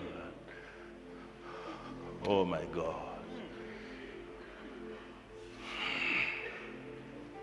Sit down, I'm trying to close now. I'm trying to close now. Please, my brothers, please, my sisters, let's look beyond. Let's not be beggars. Let's not limit ourselves to only seeking to receive. We are distributors of God's grace.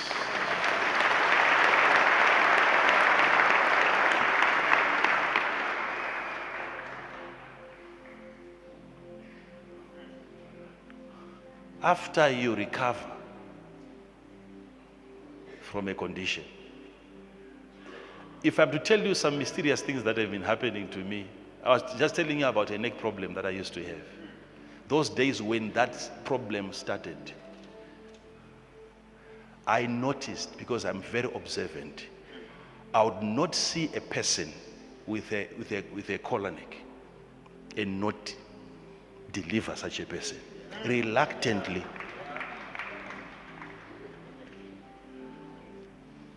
You're not following. Wow.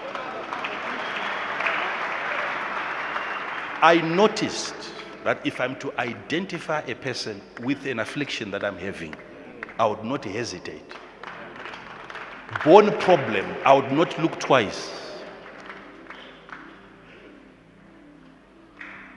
How is that possible? That's the problem that I'm having. To you, you would say, I would rather stay away from this area because I'm suffering from that. What you don't realize is that what you're suffering from, you are already building immunity against it. Huh? And that immunity, if you are really poor today, you are broke today, you are most likely going to be healing people from poverty. The immunity, the build-up of immunity in your body becomes the gift of healing to other people.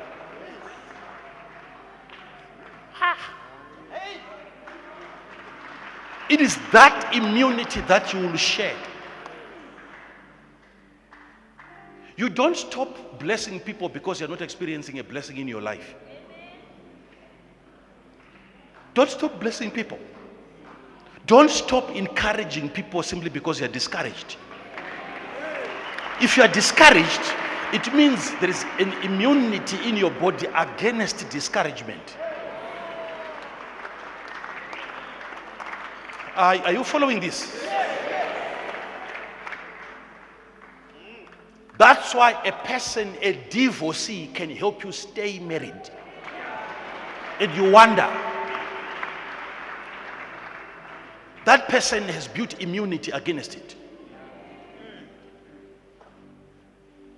What do? They take poison from a snake, inject it into a horse,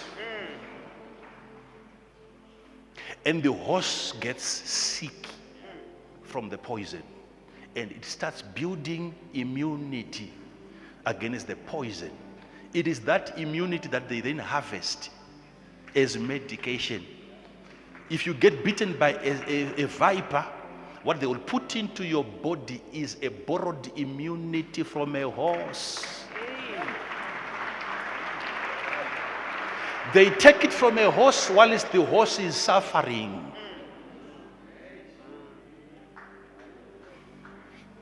So the problems that you are currently going through is simply a preparation. It's a nurturing of a gift within you. You will find yourself that you will soon realize that you are going to specialize in delivering people from areas that you are suffering from. You deliver people from those areas.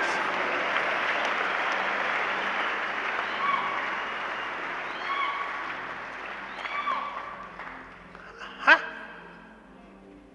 Please sit down. A Zimbabwean, wherever you go as a Zimbabwean, when you tend to speak, everyone else should shut up. We have been through different economies.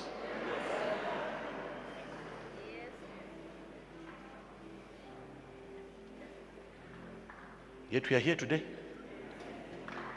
And once it becomes our turn, when it's our turn to speak, everyone else from wherever, they have to keep quiet. Because we have developed a certain unique immunity.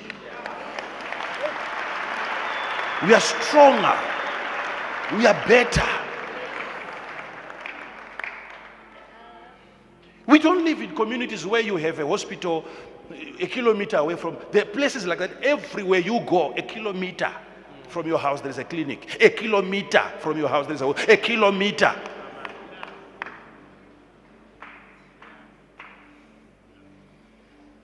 What keeps you alive here?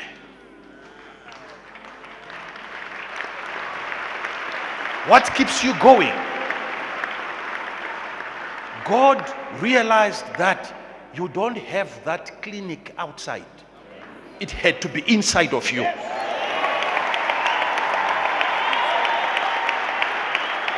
It's inside of you.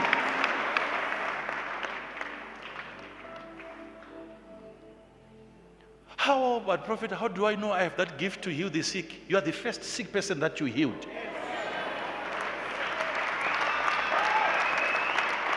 You are keeping yourself well today.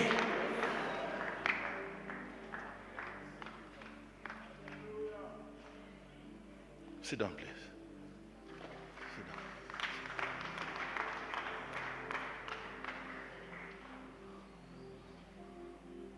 That is why I preached during the youth conference. The more they afflicted the children of Israel, the more they multiplied. The devil is making a very big mistake. Very But big mistake. the more they afflicted it's them. all right. It's all right. It's all right. It's all right. Exodus Just make 1:12. sure when I'm ministering like this, you don't keep those scriptures on the screen for too long. Those that are watching us live, okay? You quickly go back to me. Quickly come back to me. We read the scripture, we come back to me. Yes, yes. Don't keep it there for too long. But sometimes while I'm already explaining, some people are still reading.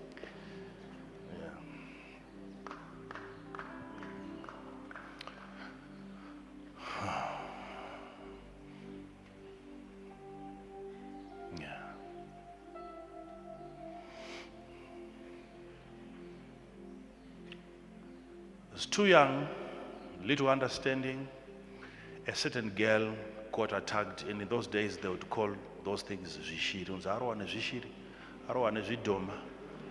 Yes. That they've been attacked by ghosts or spirits. And she's unconscious, and she wasn't eating. They were actually forcing her to eat and to drink, and she was very violent. I'm sure she went over 3 weeks or so.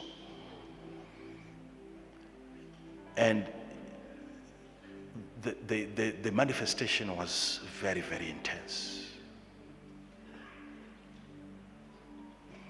And the third, in fact, I pray for quite a lot of people. In those areas, people were getting beaten. I don't know why those Zidoma in that area were so active.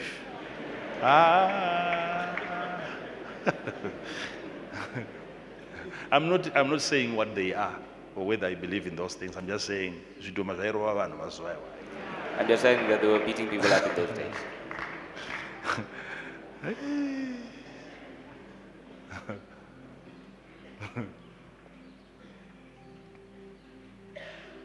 After 3 weeks, the news got to us.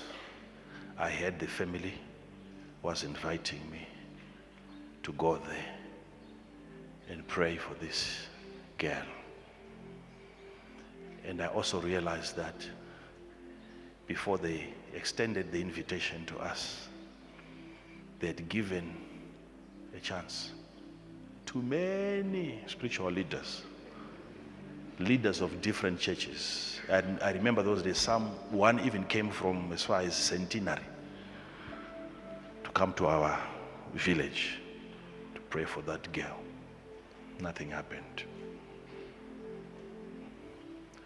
So on our way there, I was with my Sekuru. He's there, he's pastoring in Mzalaban, Segrumson, you know. I went with him there.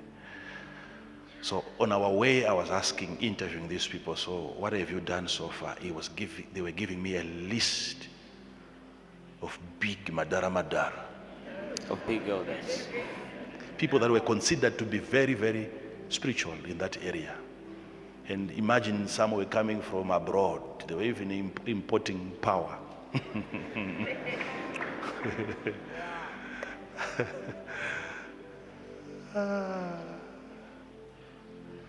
When we got there, because she has not been eating for a very long time, they are forcing water into her,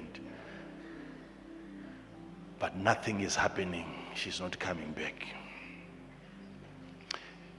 Before we got into the house, she started screaming, and she was asking people, who is outside? Go and find out who is outside, who is coming in here. Now,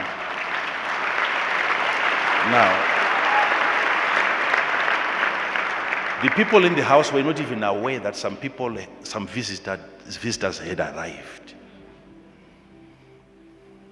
Radiation.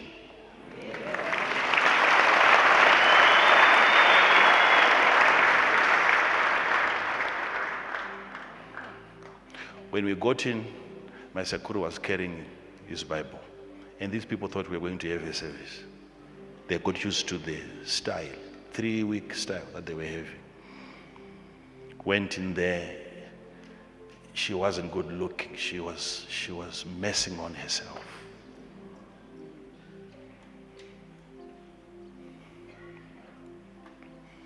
Then I went right next to her and I said, she's okay. I wasn't a very good English speaker, but that's the English. That one.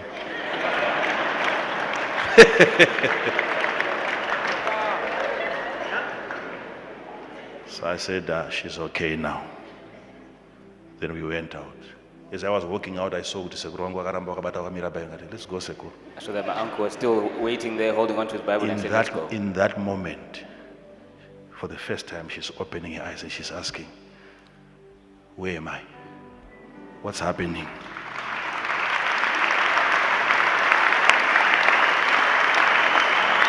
I'm telling you the honest truth. I did not pray for her. I simply said, she's okay now.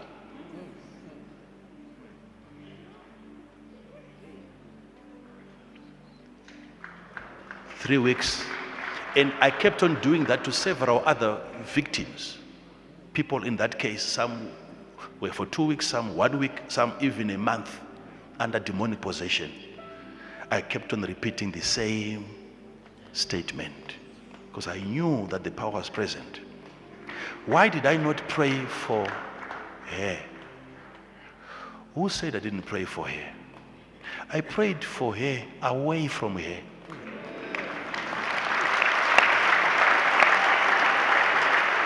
That day when I prayed and I fasted, it was for this day. So it doesn't have to be too long now. When Jesus said, this can only go by prayer and fasting. He did not start to fast that moment. He had already what? Fasted against this. Are you following me? Yes. I was ready for this when I was praying.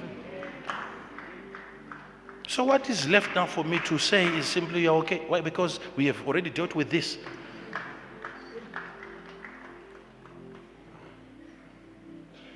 Huh? Yeah, okay now. And she's back. From that day, no attack, nothing. It never happened in that village. From that day, in that village, hakuna akabatwa foot na chidomo. No one else was ever attacked by a goblin.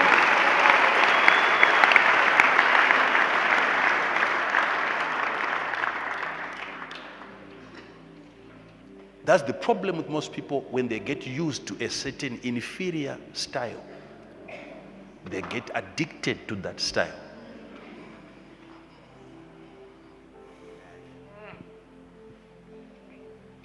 So if we try to exercise gamma, the alpha people and the beta people will have a problem with that. Go far, go beyond. It's a dimension.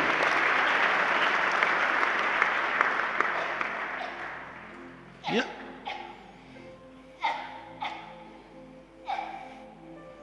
There is a dimension of God that is so strange to some of the people. So strange. My daughter asked me, firstborn, she asked me a question. She said, "But how did Jacob know? Because you have a conflict, you fight with God, and there was a dislocation. And from an experience with God, he could no longer walk properly.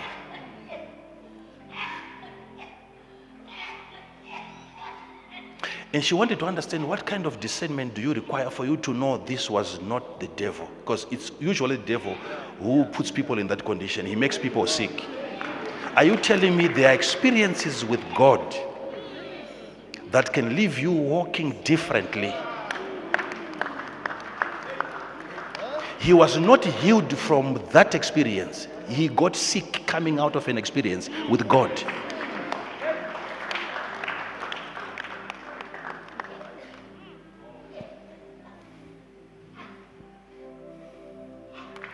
So she wants to understand, how do I know the difference? Lest I pray against what God is doing. Can the anointing of God make one sick? Oh yes. Oh yes. Oh yes. Oh yes.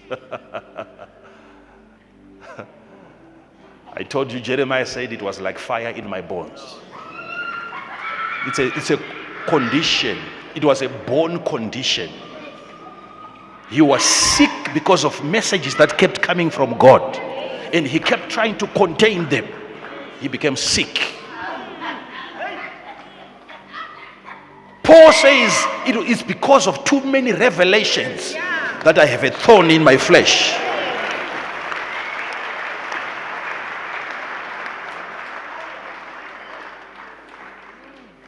If you have problems in life, it doesn't mean that God is not going to use you. It means you are likely to be used by God.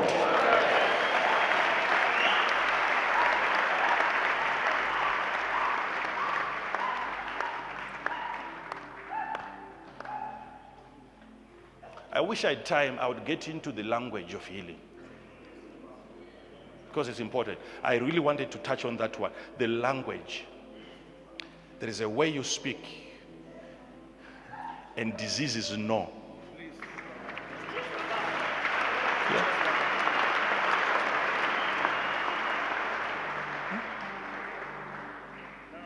Yeah? Sit down. Okay, give me 5 minutes, okay? Just 5. Please, 5. 5. Just 5. What's the time? Just, please, 5. I will try. Please help me. 5.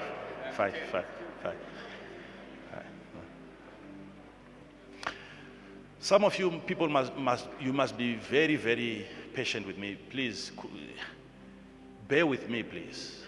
If you were me, ungadwa singatombo struggle uda kutombo stop ipapa, but I don't rapa now. You wouldn't have struggled to try to stop. You'd actually let us Unotombotendawo speak kuti it. kutombotirawo kutombopedza on time. You Dai should uri actually be iwe grateful that I tried to wrap uri things up. kuziva If it zvandiri was you, kuziva hataimbopedza nhasi iwe. if you knew what I know, we wouldn't finish today. Ndiombererewo maoko ano chitombotirawo. Now clap for me because I actually make the effort.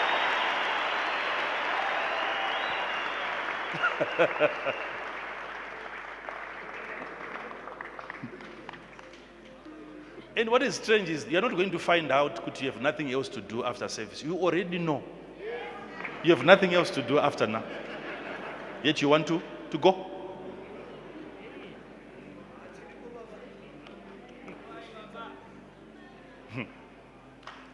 Do you know there are certain utterances that are very, very stubborn that needs to be uttered in the presence of sicknesses? There is a language that irritates certain health conditions. You recover according to that vocabulary. It's always what is said before the miracle, before the healing. She said, if only I can touch. She said there was a talk, a healing talk, a recovery talk that preceded the healing that she then got. Now, do you know that if I'm in a critical condition, let's say I'm the one sick and you are coming to heal me. Now, I don't know about you, but me, this is just me. Please don't accuse me for being me. I would rather have someone who comes to me and he says to me, you know what? I've looked at your condition and I can correct it. Oh, you can? Yes. What are you going to do? And he says, I can heal you.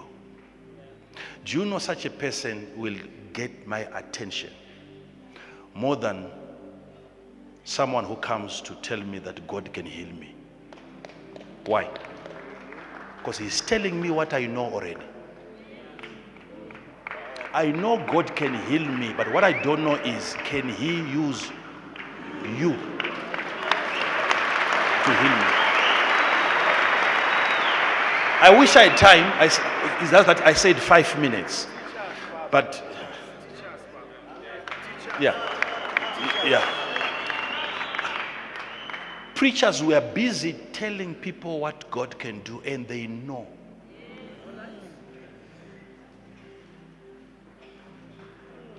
What I'm not sure of is, are you his agent? Can he heal me through you?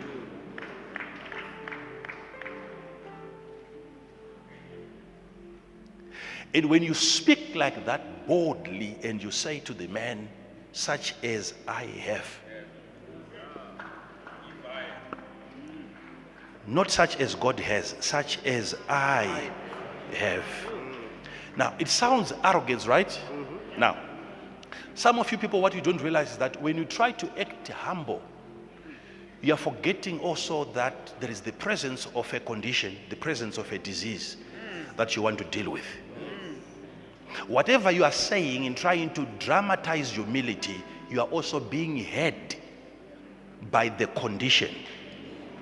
The sickness will not respond to that humility. Conditions will only respond when you stand your ground and you declare that I'm anointed and the Spirit of the Lord is upon me.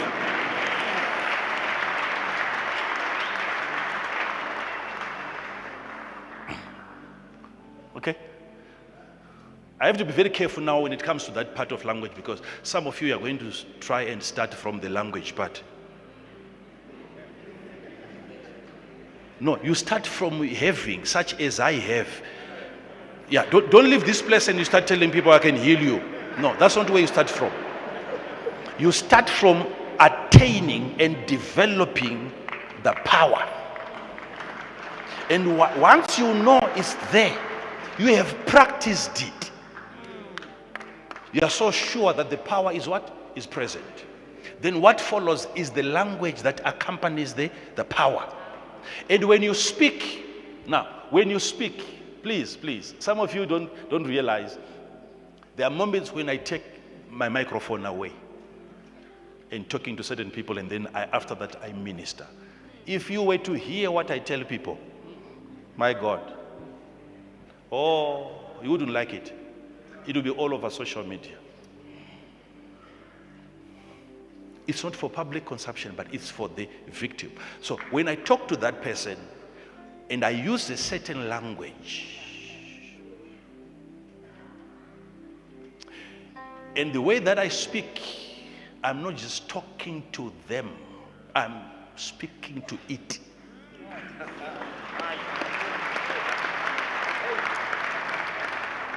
I speak in a way that announces to the disease that trouble has come.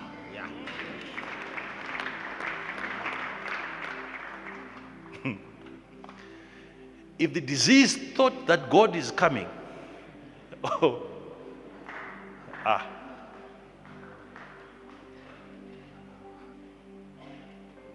why do I speak like that? Before I start administering healing to the person,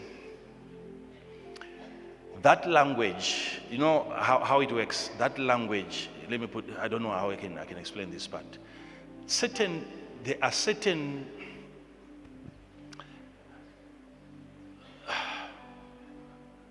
critical conditions that are not critical. Okay? There are certain diseases that are severe, deadly, and yet they are the weakest. So when you approach a person, two people that are sick, one has a mild condition, the other has a critical condition. Usually you relate accordingly. And those conditions can deceive you in the way you present your power. They can deceive you. Because you can have a critical condition which is weaker in its ability to kill. But what has given it power is its narrative. There is propaganda. There is what has been said about it by people. And that condition derives its power from a wrong belief that people have about it. So you start by speech. That's why before David could kill Goliath, there was need for a speech to be given. Explain to Goliath his future in eternity. I will not just kill you, I will make sure I feed the birds of the air. Now, that language now is helping me to bring the disease to its normal size, because it's inflated. Someone has told you that your condition is too critical. So even if I'm trying to help you, you think you carry something that is so critical. So I have to speak in a way that undermines not just the power of the disease. No. The condition is riding on wrong information. You were told that you cannot recover from that condition. You were told. It's a language. You were told that you cannot recover from that condition. There's no medication for this. So whoever told you there is no medication for this, it meant that I'm not even there for this, including me. I'm not there for this. So I have to declare my presence and announce my arrival. I'm the medication for this.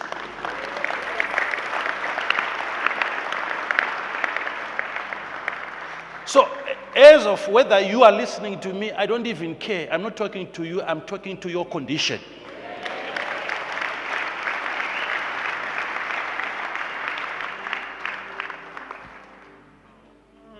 That's what they do. If they are going to be transporting an elephant, or even they want to carry a lion in a pickup truck, they have to tranquilize it. They shoot it with a dart and there is, so it collapses and then they carry it into the back of the truck. And you see those rangers, they are sitting right next to a lion. They're having Coca-Cola next to a lion. Yeah. So your communication is very important. I don't want to deal with your condition at its level. That level, that magnitude, most of the time, it's artificial. It's people who said you cannot recover. It's people. Are you following me? Yes. So I undermine your condition. Sometimes I come and I tell you, you are not poor, yet you are poor. You are not sick, yet you are sick. You come, you want to spend 2 hours talking to me, and I say, no, this requires 30 seconds. I've brought that condition to its normal size. Yeah? If you think it's big, it's so massive, it's so terrible, it's so critical, and you want me to join you in that wrong belief, we have to undermine it. There is nothing that got into your body that cannot be taken out.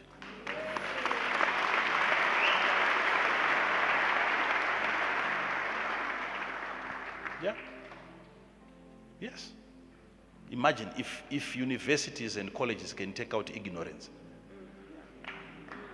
It comes out flying through your skull. As hard as your head is, ignorance comes out. A college, a lecturer, a professor. How about a man of God?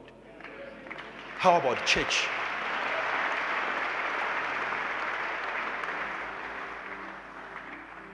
The healing power that you carry from this place, it's working in your body first and foremost. Everyone and everything that you get into contact with, as you go, without you looking back, without you touching anything, anybody, you are emitting the grace of God. You work like an irrigation system. As you go, you are discharging a divine energy. Even when people are dying around you, simply because you have arrived, life will start to take place. Are you following this? Are you hearing what I'm teaching you now? What makes people keep coming? From home, already they know I'm not going to be able to sit in the church, in the auditorium. Yet they still come. Why are they still coming? You know you're going to be, please take a tape measure. Measure from where I am to the last person in the overflow. It's too far from here. Yet people still come. Why? They know the extent of the radiation.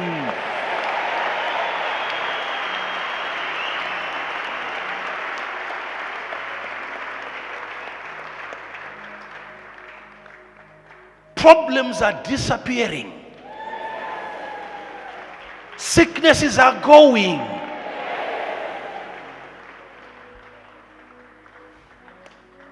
I'm laying hands on people in every moment. Every time, every hour, I'm always touching somebody, somewhere, somehow.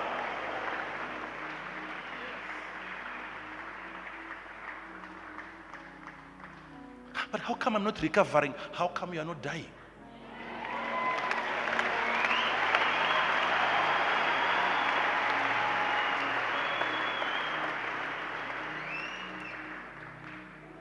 This message that I've delivered to you today is not just a message. It's an impartation.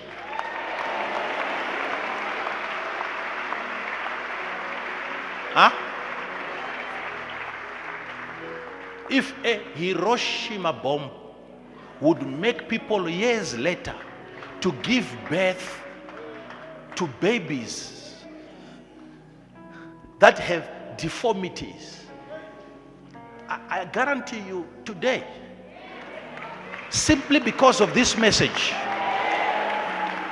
you give birth to children according to this message.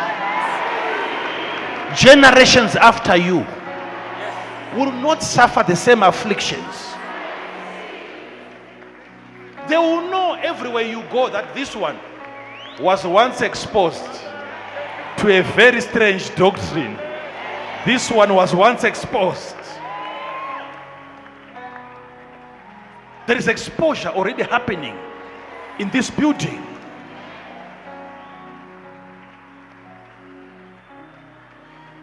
So without laying my hands on you, allow me to make this announcement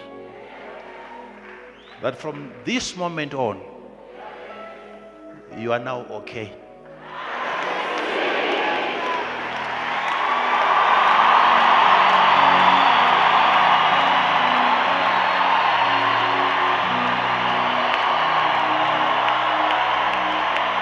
The altar is open. Come to the altar. Put your seed on the altar. Even if you can't walk, come to the altar. Whether you are sick or you think you are okay, please come to the altar. Overflow, make use of the altar. Give the best that you can give to God today. Please, give the what? The best that you can give to God today. Give the what? The what? The what? The what? All right, tell your neighbor for me, good hands that prophet, give your best today. All right, chiti zvauri waudzokorodze zvawakapa last Sunday. All right. What was my last statement over there? You are what? You are what? I can't hear you. You are what? My God. Put your hands together for the Lord.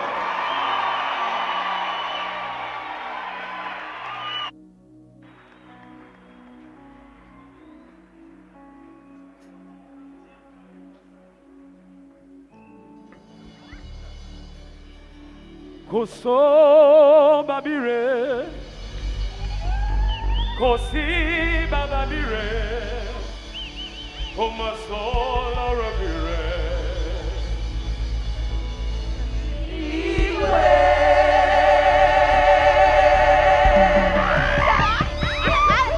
Koso babire, kosi babire, komasola.